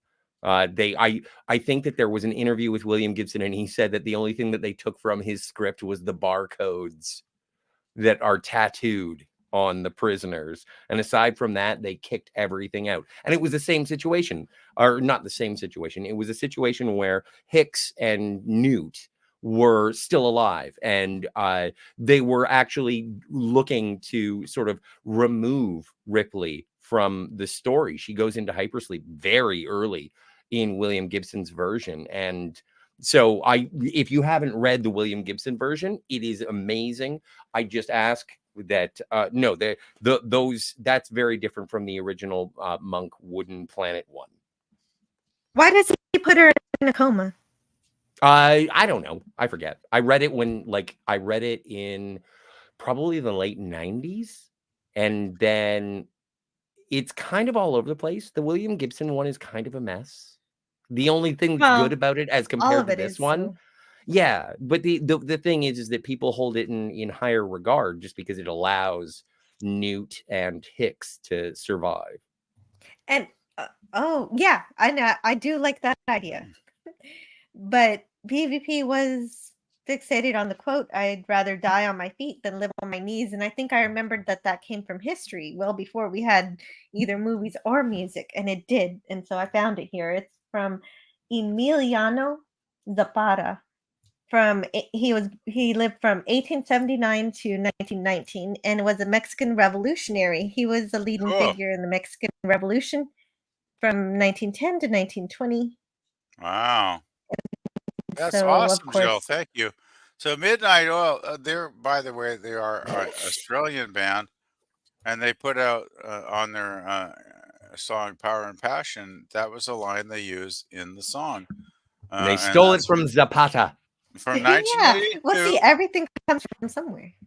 Mm-hmm. Well, yeah, that's it. There's nothing much original, is it? A good artist. Well, Picasso said a good artist steals, a bad artist copies, right? So I think there's some truth to that.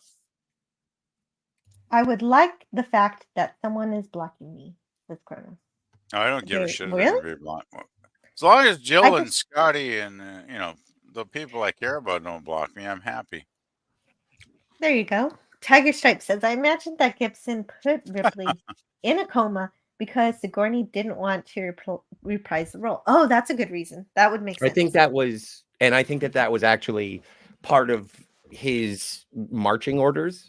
Was to sort of minimize Ripley because, and I don't know if it was because Sigourney Weaver didn't want to be a part of the movie or if it was because Fox wanted to minimize how much they were going to pay her. It is also, in terms of the production of this film, they had used in the theatrical cut, they had used a digital representation of Michael Biehn as Hicks. Oh, yeah, that's a big story. So play with me, my friend. And if I'm remembering it correctly, it was Michael Biehn found out through his agent that they had used an image in the film, and this is after the insult to injury that he wasn't going to be in Alien 3, even though he had survived the events of Aliens, and he basically negotiated a price that would represent him actually being in the movie. So Michael Biehn did get paid. Holla dollars. Yeah, and he's great whenever he's on a panel or a Q&A. He never holds back on saying how shitty the movie turned out. Yeah. Well, and he has like an incredible explanation and reaction as not only a performer in Aliens, but also as a person who wanted to see the continuing adventures of Hicks, Newt, and Ripley, a family that had been sort of fermented, made solid by the ends of Aliens, and he wanted to see that, as did me too. everyone.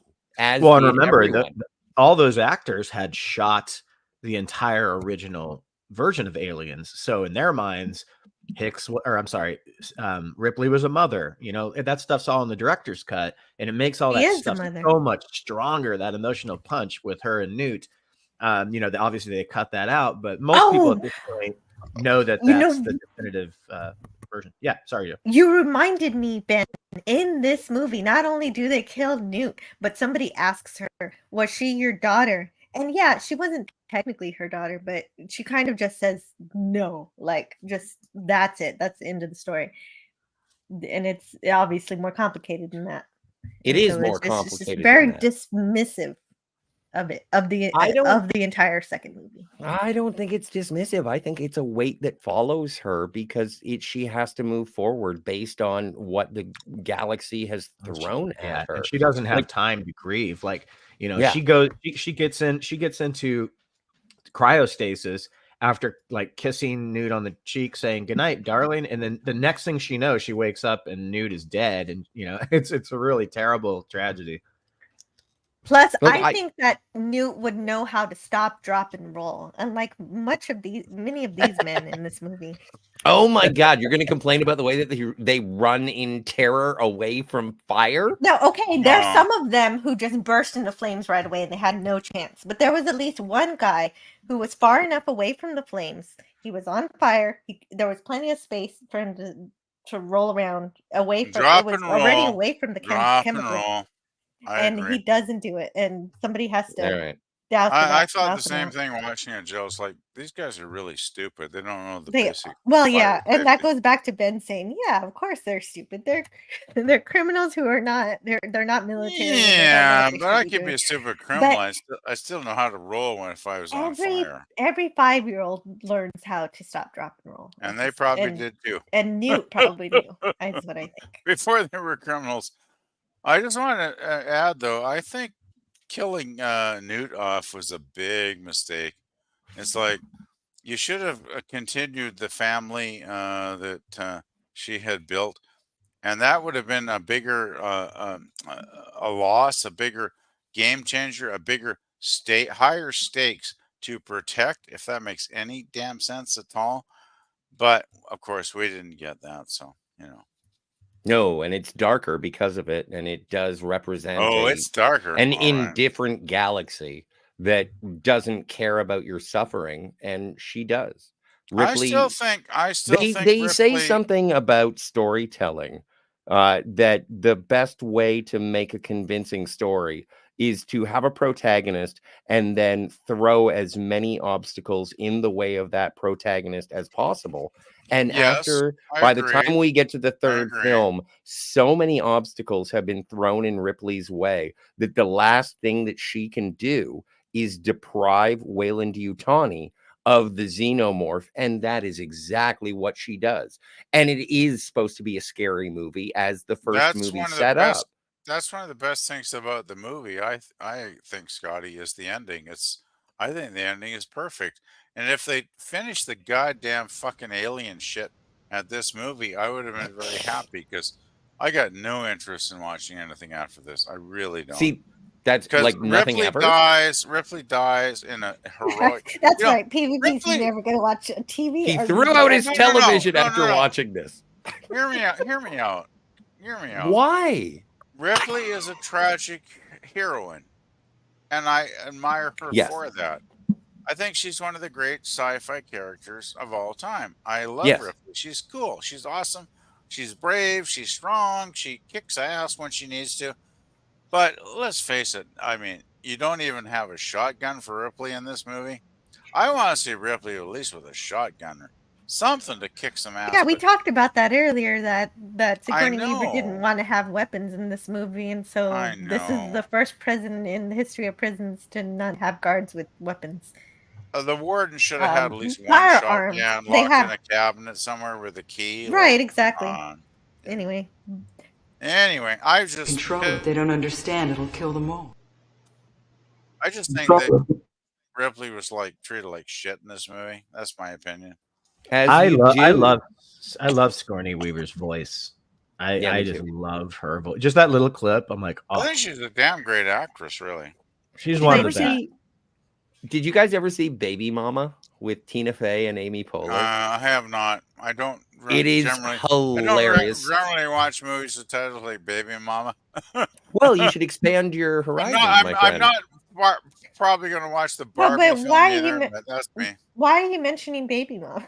Because Sigourney Weaver is in it, and she plays a fertility expert. But this movie would have come out in like the late 2000s, early 2010s, and so there is a running gag about how Sigourney Weaver is too old to have children, and by the end of the movie, she's had like twins.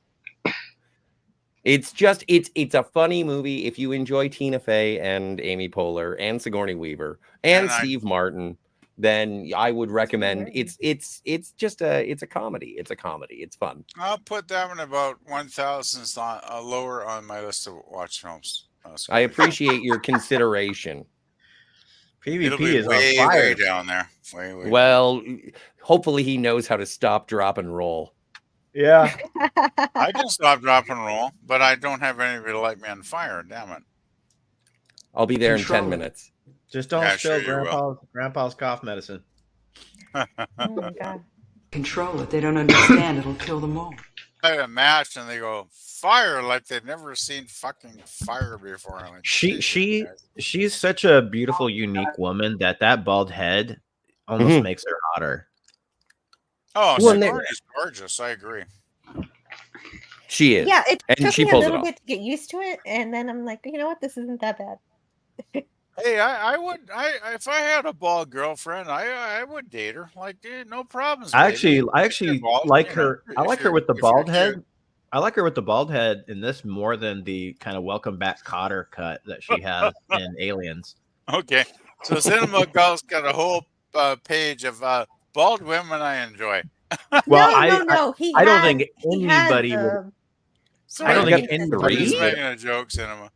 I don't think anybody would argue that she's at her all-time hottest in Resurrection.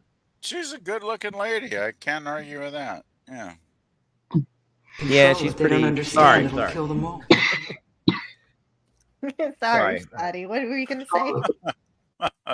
I'm going crazy with my clips today. Oh my god. I have another one. Play it. Oh, Did you hear the whole thing? You've got one inside you. Yes. I I would. just Yeah. want No. I really. For their bioweapons division, okay? Was there video playing when the audio was? I'm sorry. Was there video playing when you played that audio? I don't know.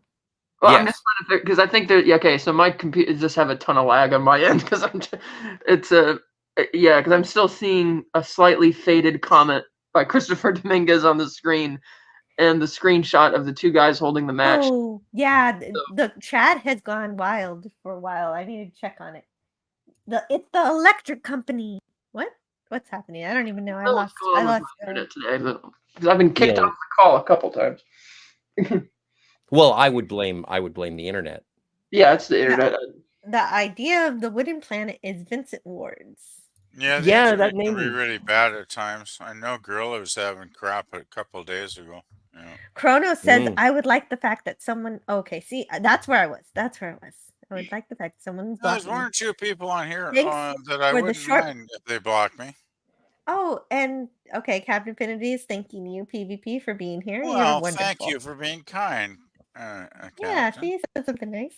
Tiger Stripe says, my gut says I have nothing to go on here that the A3 producers gave Gibson's script to the writers and said, like this, but change it. Make the monks prisoners in a prison. That's Hollywood. It's very different though. The Gibson script is very different in terms. It involves space stations. There is no planet, and I appreciate. Like again, this is one of those movies that has had many interpretations throughout its production history. But the Gibson script is not the Wooden Planet one. The Gibson script was the first one, though, wasn't it, Scotty? I'm not 100% sure. I don't know the timeline. I think it might have been. Hey, by the way, William Gibson went to Emily Carr School of Art and Design about 5 years before I got there. Is he Canadian? He is, and nice. He actually, I think he still operates out of Vancouver. And you know, brush with fame. It's like 5 years, later when I arrived, but he did go to the same school I went to. So I often imagine walking down the hallways that I'm walking down the same hallways that William Gibson walked down. Like, that was pretty cool, right? Okay, silly anecdote. I'm sorry. No, that's fine. If you're really happy with another artist and that you went to the same school with them, that's there are lots of famous artists who went to the school I went to, Jill. But that's Cummings. He is also credited with coining the term cyberspace. Yes. Cyberpunk too, I believe. No, but he didn't. Yeah, he pioneered cyberpunk, and then he coined the term cyberspace. Yes. So, yes. He elevated cyberpunk to the popular vernacular, but he was not responsible for its etymology. He was a visionary for sure. If I remember correctly, some of that Gibson original script was kind of taken, Neil Blomkamp kind of took inspiration from that script when he was trying to get his Alien movie made, where there's like genetically altered aliens, this gigantic utopian space station, and it was mostly about. I think they made Hicks sort of the main protagonist, with Ripley as sort of a side character and Bishop like the second lead. So that was an interesting. I never read it, but I've heard of it. So, but that was not the Wooden Planet one. No, Scotty was right.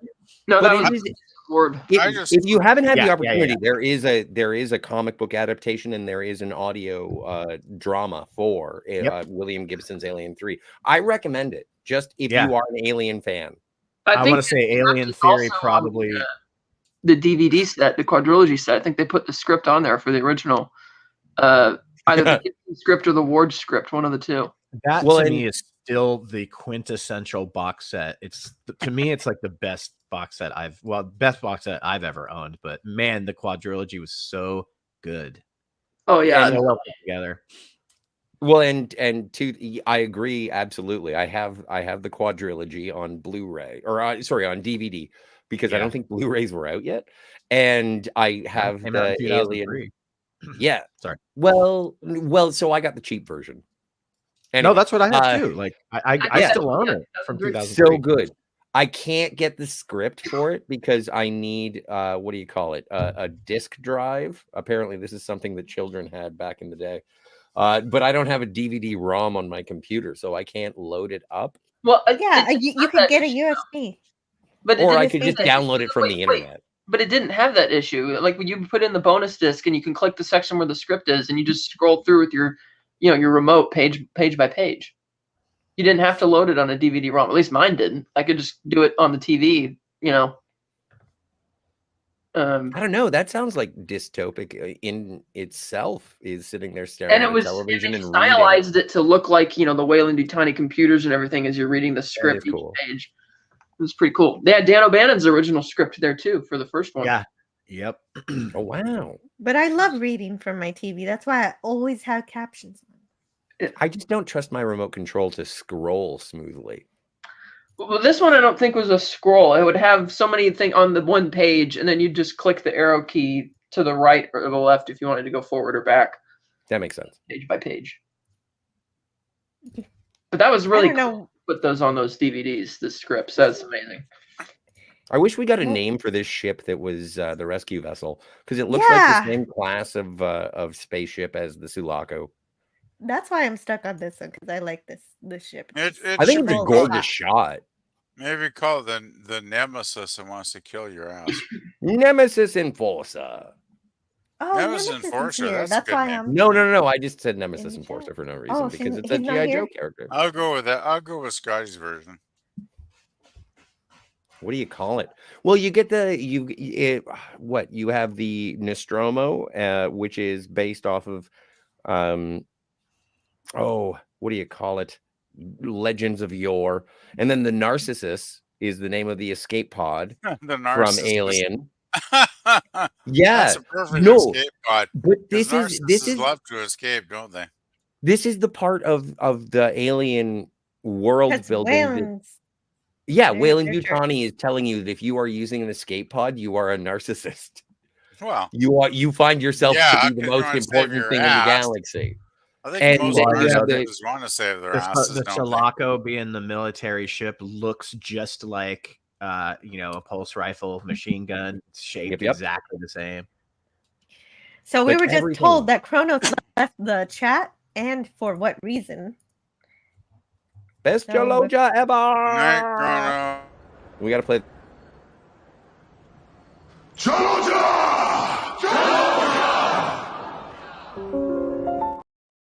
Is that like a Klingon thing, Jill? No, it's a Mocklin thing. No, it sounds like a Klingon thing. It's Mocklin. They're Mocklins. Have you ever watched the Orville? I watched. I couldn't get into season 1 because it was too much comedy. I love season 2. Season 2 was excellent. Love the big space battles. I have not seen season 3 because I heard it was kind of like shit, so I haven't got around to it yet. So sorry. Tiger Stripe says, I prefer television without captions because it's important to retain your ability for, I can't remember what the word is. The closest I can come to is cognition, but that ain't it. Maybe that's why you should put the captions on, because then you could cognitively see the That's word. not a word. But I'm sorry. I struggle. You're trying to be snarky, but it didn't quite work. No, I didn't mean to be snarky. I was trying to be helpful. Oh, fuck. Christopher Dominguez says me. in an Alien Theory video, he mentioned the name of the vessel in Alien 3 called USS Patna. Patna? What the hell kind of name is that? Patna. That's like the USS Panda. It's like, yeah, I'm sailing on the Panda. We're all warm and cuddly, and we help all aliens we come across. Like, it's exactly like that. I don't get well, that. yes, and then it got into a fight with the USS Penguin. I can't remember the name of the big military the Panda vessel. versus the Penguin. Yes, I'd actually watch that. I can't remember the name of the big military vessel in Alien Resurrection, but I do remember that Wincott's ship is named the Betty. The Betty? Yeah. Oh my god. Very cool design. That was the coolest thing about Resurrection is Jean-Pierre Jeunet brought this really awesome visual flair to it. Cool. Sigourney Weaver has plastic surgery. She didn't like her old chin in Alien and Aliens. Did you guys notice that at all? Nope. No, I didn't notice that at all. She had surgery, so I reserve judgment. I don't notice when people have surgery unless it's crazy and they messed everything up. Oh, some people look like circus freaks, Jill. Yeah, that's the only time I notice. I don't get it. I wanted to read this. It's just a rumor, so this might not be true. But Tiger Stripe says, I heard at the time it sounds like a joke. I heard that Sigourney was cornering the market on Rogaine because her hair was slow to come back. That can happen when the head is shaped. I doubt it. Sounds like bullshit. Yeah. It sounds like a joke. It is. She had plenty of long hair after that. Okay, good. Pineapple belongs on pizza, says Captain Finity. I'm okay with pineapple as long as there's some ham. But I'm not going to order it. It's like if it's free pizza, I'll eat it. Yeah, I never ordered pineapple. You know, pineapple and pizza is a Canadian invention, right? Some dude in Ontario. John Doe says Sigourney Weaver was I like pineapple on pizza if it's barbecued. So Scotty, what do you call? I usually go for the all. Scotty had to step away. Scotty, what do you call Canadian bacon? Scotty stepped away for a minute, so he. Yeah, he was called away. He's busy. I was waiting for his answer. I was waiting for his. What's the question? What was the question for Scotty? Hello. Yeah, that was the question for Scotty, but then. Oh shit! I was talking. Oh, no big deal. No, it's fine. Oh fuck. He's not here, so it doesn't matter. Right. Well, I thought I could remember it for you. Yeah, I was gonna ask. Muted himself. Okay, well, there you go again. Forget it. Sigourney Weaver was great in a movie with Ben Kingsley, and Kingsley played a Nazi-type figure that once tortured Sigourney's character in a police station in another country. What movie is that? I don't remember that one. That sounds like a trivia question to me. Yeah, it sounds like a trivia question. This is why I was hoping you were going to get it, Ben, because I have no idea. John Doe, if you could give us a title to the movie, Well, that might be if helpful. he could give us the title, he would have. I have no fucking idea what he's talking about. So It's called Death. It's called Death and the Maiden. Oh, thank you so much. Shit, that's old. Death and the Maiden. Well, once again, we're going back to ancient times. Came out a couple years after. That's like old. I don't know what the conversation is, but Captain Infinity says if you weren't dating her, she kind of ain't your girlfriend. It is true. She's not your girlfriend. I feel like they're is the movie over yet? Almost. We got 10 more minutes in the slides. Oh, I'm looking. Death and the Maiden is a 1994 mystery drama. If anybody gives a shit. If your girlfriend ain't yours, then she's probably with me. Hey, and then Tiger Stripes says, I agree with Scotty. Gibson did not create the word cyberpunk, but he codified the literary form with Neuromancer. Kronos, when the books start writing you, that's when the magic happens. But yes, creating a book is quite literally an act of creation. And DJ Play Nice says, comic adaptations of stories for the Colonial Marines are pretty good. Circa 1990s, Alien versus Predator stuff. Yeah. I just put the film in the private chat if anyone wants to watch Death and the Maiden. There you go. 1994 film, it looks like. Oh, okay. Thank you. So, yeah, we get the men have all this unity and they work and they sacrifice for each other, but was anybody grossed out as I was about the amount of lice when early in the film? When yeah, well, they wanted to make sure you and there's like thousands of lice on his coat, and I was like, oh, I vomit. Yeah, again, that's from the assembly cut, I believe. Oh my god, it was disgusting. It's disgusting. Well, speaking of which, look at this scene. PvP, you're gonna love this one. Oh, I love that. Oh, it's like spaghetti. I'll just put that in the oven and cook it. And I was like, no. Oh god. Thanks, Jill. That's when she says. Thanks for making me want to upchuck there, Jill. That's really nice. Thank you, sweetie. Oh my god. This film is really gross in some parts, is it not? Like, damn. I don't know. Well, it's trying not to give you any nice visual escape. You're just trapped in all of the depressing, disgusting aspects of it with them. It is supposed to be gross and depressing and destruction and on fire. And what happens? Yeah, I think we said earlier. Our inhabitants are trapped in hell, basically. Yeah. It feels like hell. Tiger Stripe says no, but somewhere in the vicinity. It'll come to me exactly 5 minutes after the live stream is over. Oh yeah, no, yeah, that's the thing. If you're trying to think of something, you won't remember it until it's too late. I often think of something a minute after it's too late. Oh, the word I want is comprehension. It's important to retain your comprehension while others are speaking. I wish that people came with subtitles. Comprehension is a great word. I know. I actually knew someone whose husband's hair never came back after his head was shaved in the military. Oh, no. Follicles can go into shock. Well, there was an episode of Seinfeld where that happened, and Elaine started dating a swimmer who had shaved his head, and she sees a picture of his hair before he started shaving his head, and was like, "I could be dating this hair. You have a lustrous mane," and he's like, "Do you want me to grow it back?" And she says, "Yes." So he tries to, and then he finds out that he's going bald, but he didn't know for years and years because he had been continually shaving his head. So she was horny for hair, but without hair, she dropped him. That's the joke.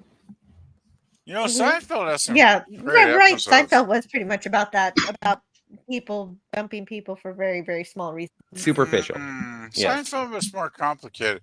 You know, my favorite. You guys ever saw the Seinfeld episode "Master of Your Own Domain"? The masturbation one, yeah, sure. That was a classic. Scary. It's like they all agree we're not going to masturbate. The first one that does is going to be the loser, and of course they hold out. And I think wasn't it Scotty that George had? Yes, Anonymous. The answer is yes. Yes. George had a woman across from his apartment who would. No, that was Jerry. Jerry had the woman across from his apartment. Okay. Anyway, George ended up breaking down because he was visiting his mom in the hospital, and he saw a nurse giving a patient a sponge bath. Oh Jesus! Well, Kramer's the one who was out within barely the same day because he was looking out Jerry's window. Looking out Jerry's window. Kramer that episode was out the window. I know somebody. And Elaine breaks when she meets John F. Kennedy Jr. at the gym. Yeah. Anyway, I just wanted to bring up the baldness. I didn't want to go into a Seinfeld retrospective, which you can hear all about next week on our new podcast, a podcast about nothing. Well, yeah, Seinfeld's going to have a show, and the thing is, that's he's one going of to my have a favorites. channel. He's going to talk all about it. What the fuck? I don't know. Captain Kennedy says it's almost as if the alien creature was actually designed to be scary on purpose. Go figure. Hey Jill, I have to take off, unfortunately. Okay. I hope that's okay, and I really appreciate the invite. Everything you wanted to say about this movie? That I didn't already say. Yeah. I don't. You know, as much as I appreciate it, for its craft and things like that, I'll never say it's a poorly made movie, but I've already said this 3 times on this stream. I just always feel the franchise should have ended at Aliens, but I get it, money, I get all that. But to me, yeah, that's the franchise capper. So anything after that is just extended universe gobbledygook, in my opinion.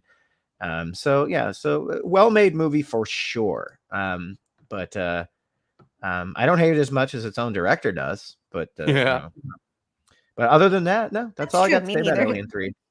Okay, thank you for tell us about you're welcome. Also, tell us about your channel and anything else you'd like to promote. Okay, well, I have a show posting at 1. Obviously, don't go watch it until you're done with Jill's stream. If you want to come watch it, it's a quick 8-minute video about the new movie The Holdovers, where I just talk about it being close to a masterpiece. Nice. So it's gushing over The Holdovers, which is a Paul Giamatti starred movie. So yeah, check that out if you want, or just check out our channel in general. We'd love to have more subscribers. Who wouldn't? Oh yeah, you just hit 600, so now you're going to get up to 700. So that's great. Yeah, thank you so much for being here, Ben. And Thank you again for the invite. Love talking to all you guys. Rest of your Friday. I am so excited that you joined this panel. So I'm glad that we got to hear from you regarding. Likewise. Because you all right, everybody. You took a whole class on this movie. I'm sure we didn't even touch half of the things you know about it. No. I mean, it was screenplay analysis, and this was just one of the things in it. But yeah, it was pretty interesting. Pretty interesting stuff. Well, Cinema Gulp, I love your body, Larry. Love your body, Larry. You guys have a good rest of the show. Talk to you soon. Yeah. Thanks for joining Cinema Gulp. Have a good one. And then there were 4. Ooh, that's not what I want to wake up to in the morning, I gotta say. Well, it's terrifying. Yeah. Well, I was gonna say the only real positive thing in this movie is that the prisoners do work and sacrifice for each other. They do have a sense of teamwork, but it's still so depressing. Yeah, but they still And they're f up so many times, and right? it's a little contrived that the only reason they stay out of trouble is their religion. Yeah, that's one of the things we haven't touched on today is the Oh, religious angle, not right? only that is there is sexual assault in this movie, and it's never brought up again. It's never like they Well, they all hang out taken the later and have vow of sex. celibacy, and then they try to Well, bang Ripley in that one scene. So it's like, well, so much for that shit, right? see, after the inadvertent explosion of fire throughout the tunnels to try and trap the beast, there is a moment of odd reconciliation between Ripley and her assaulters. She does like rescue and save both of the people who were attempting ill will upon her. And I found that being like, I thought that that was an interesting component to not only the characters, but also the situation, is that once we find out that there is a bloodthirsty alien that will as soon as kill you as look at you, if it has eyes, I don't even know. Like, there is humanity surviving. And one of the things that happens throughout the movie is if this alien gets off of this planet, it will kill anything, even the machinations of Weyland-Yutani. No, They don't know what they have. They don't know the hellfire that they will unleash, which is doesn't interesting. Ripley state at one point? Dude, I just want to finish my point. Like, and considering that the next movie is called Prometheus, like there is something about uniting against a common foe, even in spite of the malfeasance perpetrated against you. Like, this is survival. Ripley wants everyone to survive. She doesn't want them to die at the hands of this beast. It's just, there's something about right, it. and she doesn't want it to spread at all. Right, and she knows that she has to die because if she survives, then there will be more, and more people will die. Yeah, especially at Weyland, there's going to cause more mayhem. That's what makes the film, right? Is the ending. Yeah. Well, that's what I just wanted to add. It's like that's what makes the ending of the film complete. Is like Ripley. One question I meant to ask. Ripley. Let's face it. Ripley's the tragic. We have a question on deck. Ripley's the classic tragic hero, right? She has her character arc. She has her tragedy, and she has the sacrifice at the end of the movie here. She and does. It's like, I love that. And if they'd ended the damn film on this film, I would have been happy. That's mentioned that I don't really understand. So we have, so men have, so women have XX chromosome. And men have XY chromosome. But this movie, thank goodness for that. And in this movie, the men have double Y chromosomes. What's going on there? I haven't the slightest. Is there any meaning to that, or any explanation to any of that? No. I have no idea, Joe. I always ask Scotty. He's got way more thought in this. Like, this is just a quick flick watch to me. They do call, like Dylan says, you want some help from us, double Y chromo boys, right? Yes, that's what threw me for a loop, because I was like, wait a minute, what? I think it was probably just a mistake. I think it was just an error in the film. Oh, you don't think it's real? Okay, so they just got their science wrong. I don't know genetics, so I don't know what the sitch is. It should be XY. Yeah. Kronos has an XY. I guess I do. I don't know. Is Kronos a boy? I only have X's over here. I'm a boy. What do I have, and the Joe? OOs, they haunt me. I'm a boy. What do I have, Joe? Come on. If I like Rebecca Black, of course I care. Tell me, because I don't know. XY. It's XY. No, okay. So I was wondering if there was like a science fiction, like special reasoning behind double. This is Jill's genetic sexualizing on the stream today. No, it's just biology. It's just biology. I got an X. I got an X. So what the fuck? I have many. And a Y.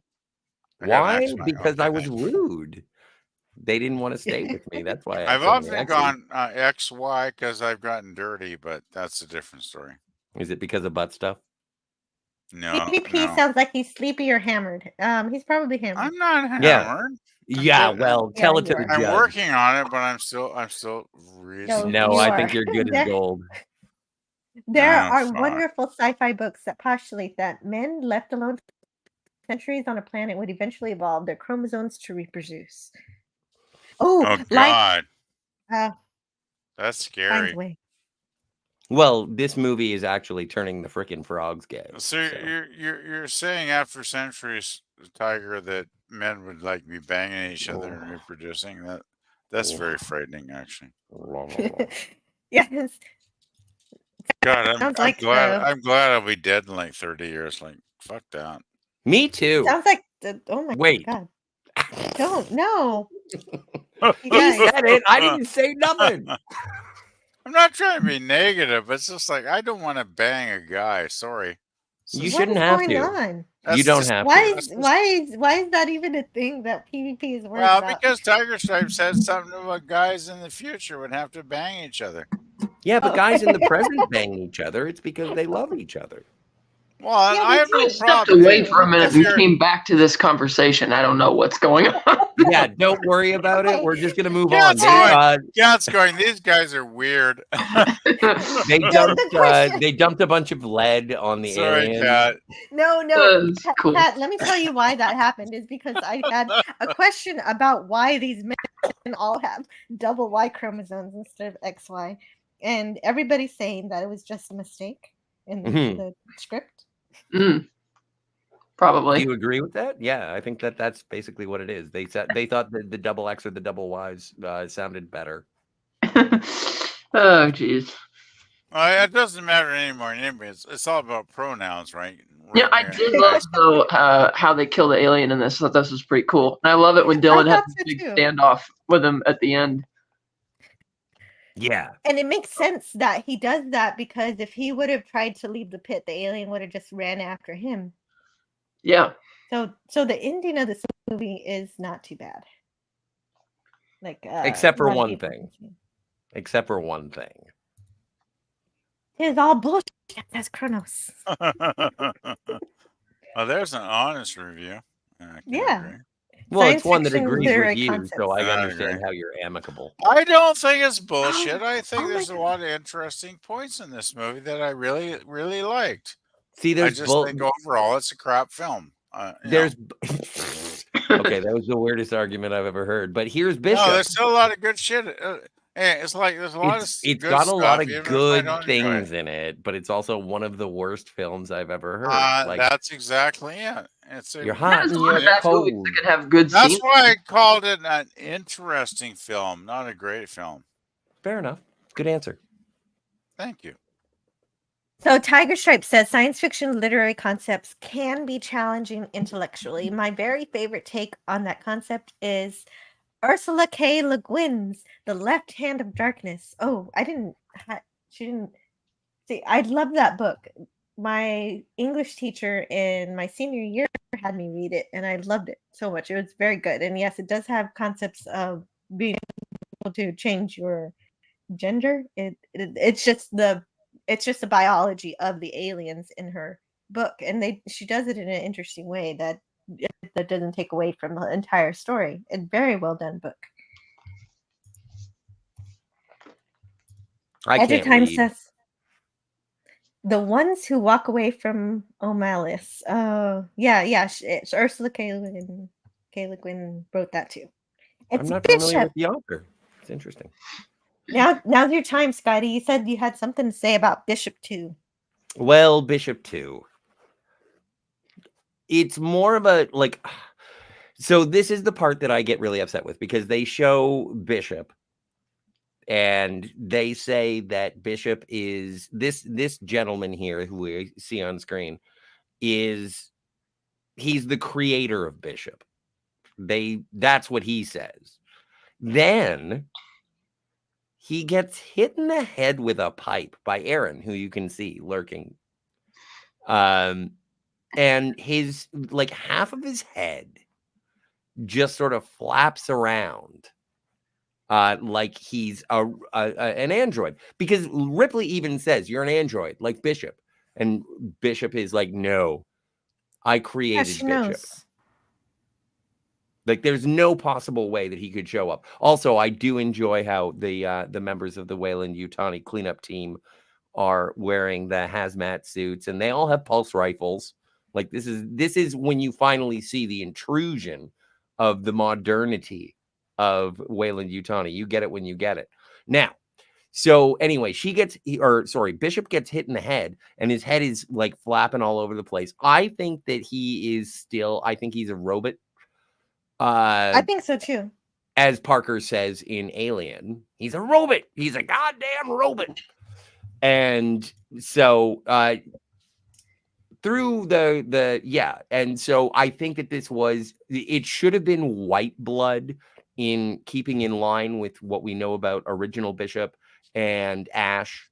I really wish, and also they carry it forward to Call in Alien Resurrection, and I just think that this was slapdash, haphazard. I don't like the inclusion of the character, or I like the inclusion of the character and I think he should have been killed, not given that weird prosthetic to make it look like he was kind of robot. Well, okay, maybe he was an upgrade and he doesn't have milky blood anymore. That was like that's a thought I had. Like a prototype for a new version. Exactly. But I don't know. I don't know if that's me forgiving the movie or if that holds up. Well, I can't remember. Did they make it explicitly clear that he is a robot? No, he says, I am not a robot. Okay, that's what I thought. He might think he's not a robot. Yeah. Because I remember they did another weird continuity thing when they made Alien versus Predator, and they had Lance Henriksen play Mr. Weyland as like human, but that's set, long before the events of the original Alien trilogy. Yeah. And the reasoning being that he, future bishops would be based on his original, appearance. Which is something that they carried on into Prometheus with Weyland creating David. Right. Is Captain Infinity still here? Is Bishop a replicant? Well, yeah, Bishop is a replicant. I think and so, there too. is. And there is. Claiming he's not. That's an interesting thing, is that there is, some connection. Obviously, the first Alien and Blade Runner were both directed by Ridley Scott. There have been shared special effects in Alien and Blade Runner. And whether or not you want the Tyrell Corporation to exist in this world, it's kind of up to you. That's true. Why not?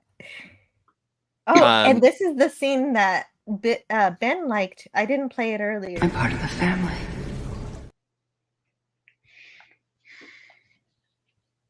And that's when she's before they even Poking. kill it.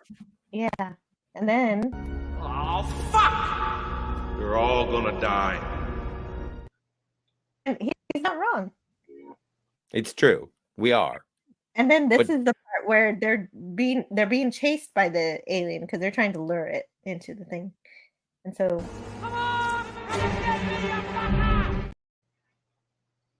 That cinematography. I love the POV of the alien. yeah, I thought that was kind of cool too. Yeah. And then this is this scene.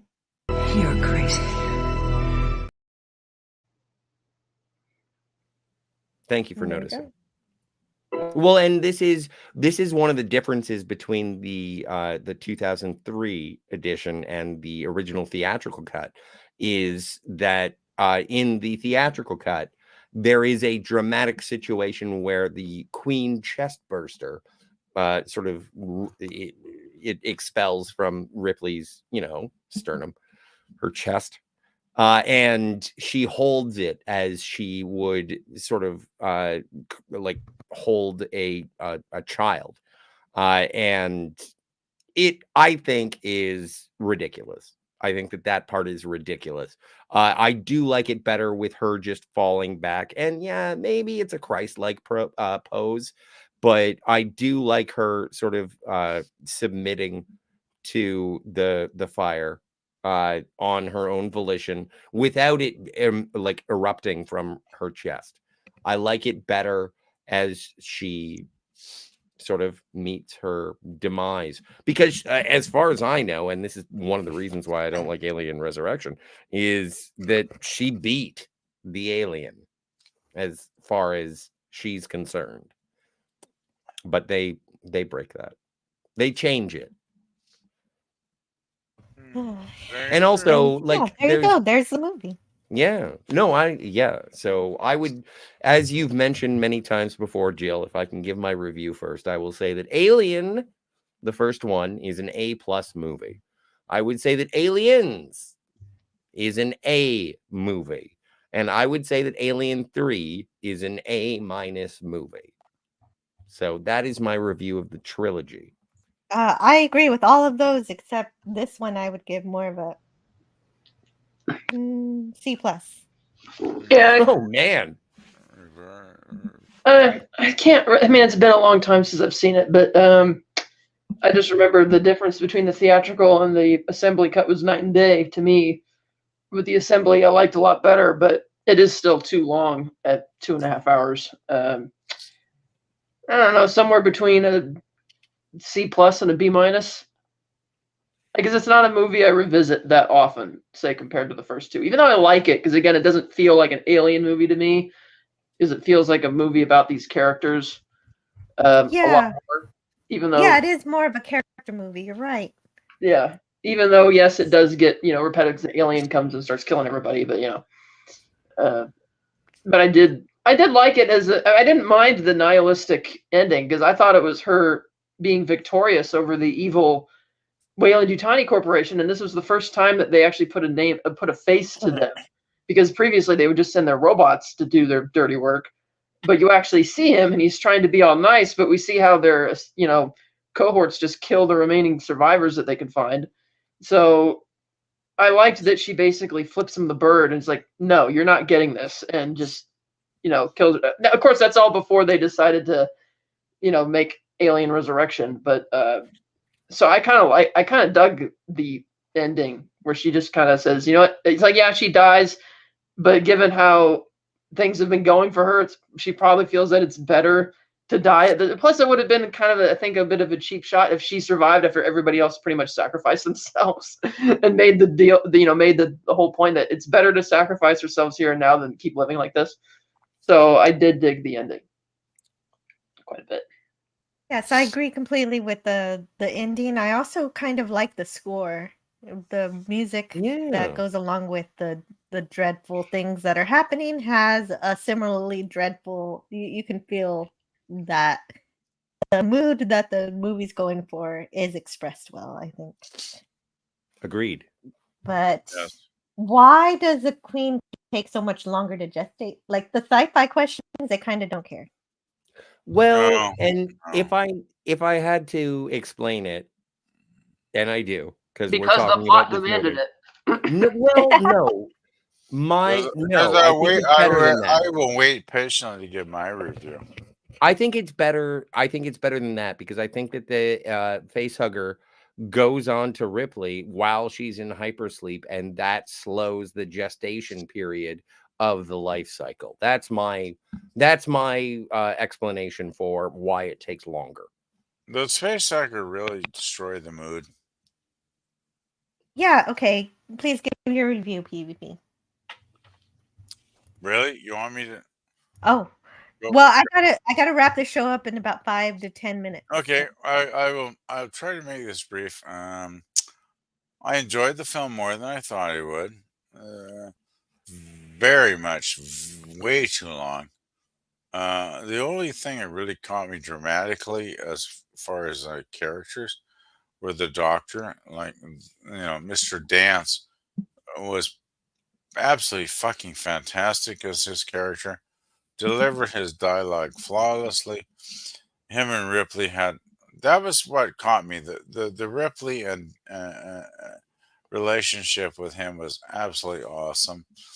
And of course, when the alien like plowed into his brain and killed him, is like, well, that's so much for that fucking relationship. And after that, it was just a lot of like running around the tunnels, kill the alien, fire the alien, whatever. It was just like I didn't care about the film at a certain point after that because it was too repetitive. So, All right, thank you so much, PvP. I just want to give my rating quickly, Jill. I would give this Sure, one. of course. I'd give this probably. I hate to give Fs. I always do. I'll give it a D minus. It's like I watched it once. I'll never watch it again. What a waste of a good chest, says Kronos.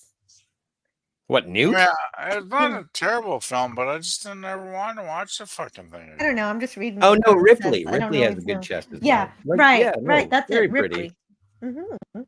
And Kronos gives it a C and says, "Later, taters. You are all weird." Thank you for that. I'm totally weird. Thank you. I've always tried to maintain my weirdness. Cat's not weird.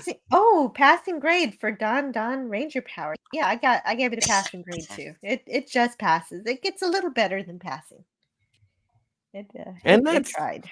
I suppose that's what I get excited for is when I'm sharing this movie. And thank you for, like letting this review go as it did, Jill. Wouldn't be able to talk about this movie if it weren't for you and your channel. My review might have been too harsh. Yeah. But it's a passing grade. And if I don't, I agree with you guys. And I agree with the people who don't like it. I agree with the people who love it or just accept it. Well, some people say this is their favorite, and I don't understand them, but well, but I know you don't go that far, but I don't go that far. But I do hey, I'm intrigued by the art that is Alien 3 through the tumultuous nature of the production. I celebrate it. And so maybe I should give it passing grade or not passing grade, Don Powered Ranger. And in which case I'll give it a passing grade. There you go. And that's Alien 3. I hope you guys enjoyed this discussion and review of this movie. And I hope you come back next time. On Tuesday, I'm going to have my original series review of the next Star Trek episode of the original series, season 3. Next episode is And the Children Shall Lead with special guest Hungry Boy. And so that should be lots of fun. Monkey shines are laying low. All we have to do is go. Is that how it goes? That sounds right. Yeah. I'll know it myself on Tuesday. Yeah, me too. And do you have anything you'd like to share, PvP, to promote your channel? If not, that's okay. What about you, Scotty? Well, I've been having a blast with Kat because we've been reviewing Fargo on the Phantasmagorium, and hey, Darius, and we've really had a good time. We are anticipating season 5 of Fargo because John Hamm is going to be in it, and I really admire his work. And that's an understatement. Yes. That's not why I'm anticipating it, but I just to say. Well, you wanted to play with me, and you know I'm only here for Ham. Well, it is Thanksgiving. So. Well, we're doing it on Friday as well, not on Thursday, for John Hamm. But next week is going to be the conclusion of Lester Nygaard and Lorne Malvo, which is going to be dope. And I have a blast talking with Kat about it. It's kind of like it's true crime because Fargo is based on a true story. And then, yeah, I don't know what's going on Tuesday. I might arrive. I may not arrive. It depends on who else is at the party. But I'm looking like if Hungry Boy is on there, then that's a great show. It's fantastic. Yeah, definitely. And yeah, as always, if anyone wants to see what kind of ridiculousness I get up to on that there X, I've been known to control weather. So you can check me out over there. And thanks. You're welcome. And Kat, do you have anything you'd like to promote? No, I'm just on the the Fargo reviews with Scotty on Thursdays. I get the Virtual Cantina Network stuff every second and fourth Sunday of the month, streaming at 8 a.m. Pacific, Unifying Force, which I co-host, and yeah. Oh, that's a different one. Unified Force? I haven't heard about that. Unifying Force. Yeah, that's the show I do on Virtual Cantina Network. Oh, okay. That's for that then. Okay, that makes sense. Thanks. Yeah. And then you could find me Slice Snide, Letterboxd, YouTube, Twitter. Yeah, your reviews are cool, so that I should be promoting that one too. Nice. All right. Thank you guys, everybody, for being here. And I thought this I always don't know how it's gonna go, and this one went really well. So thank you everyone in the chat. You guys made this discussion so much more rich and entertaining. And yeah, thanks for another fun stream, says Wes Cagle. And friends, till next time. Peace. I feel like we should close with Dylan. Dylan should say something inspirational. The God Squad. The God Squad. I don't have the God Squad one. The one I have is not inspirational. Why well, the innocent punished? Wow. Yeah. And we're fucked. No. You're fucked. I love this movie so much. Thank you so much for letting me play. You're welcome. No freezers, no fucking ice cream. I'm part of the family. You're crazy.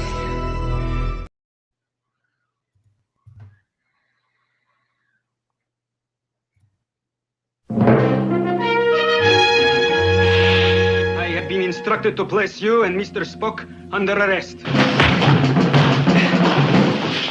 Hail, hail, fire and snow, call the angels, we will go far away, for to see, friendly angel, come to me. Captain, stay away from the controls. If you touch them, we'll be destroyed. When did we change course? We haven't changed. Ring around the rosy. So long as the children are present, there is danger. We'll have to kill them. The enemy have discovered our operation. They must be annihilated. Go away or we'll kill you. Busy. Losing command.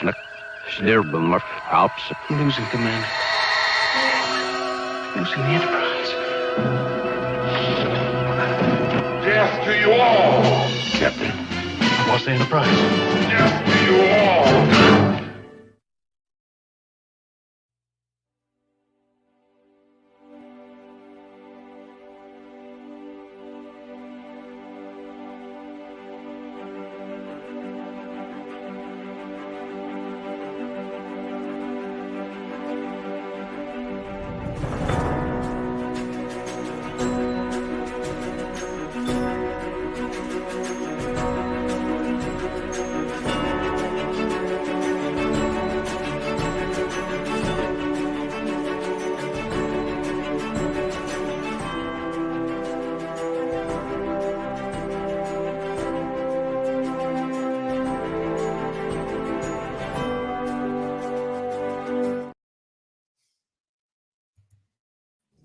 All right, move along. Done. Stop it.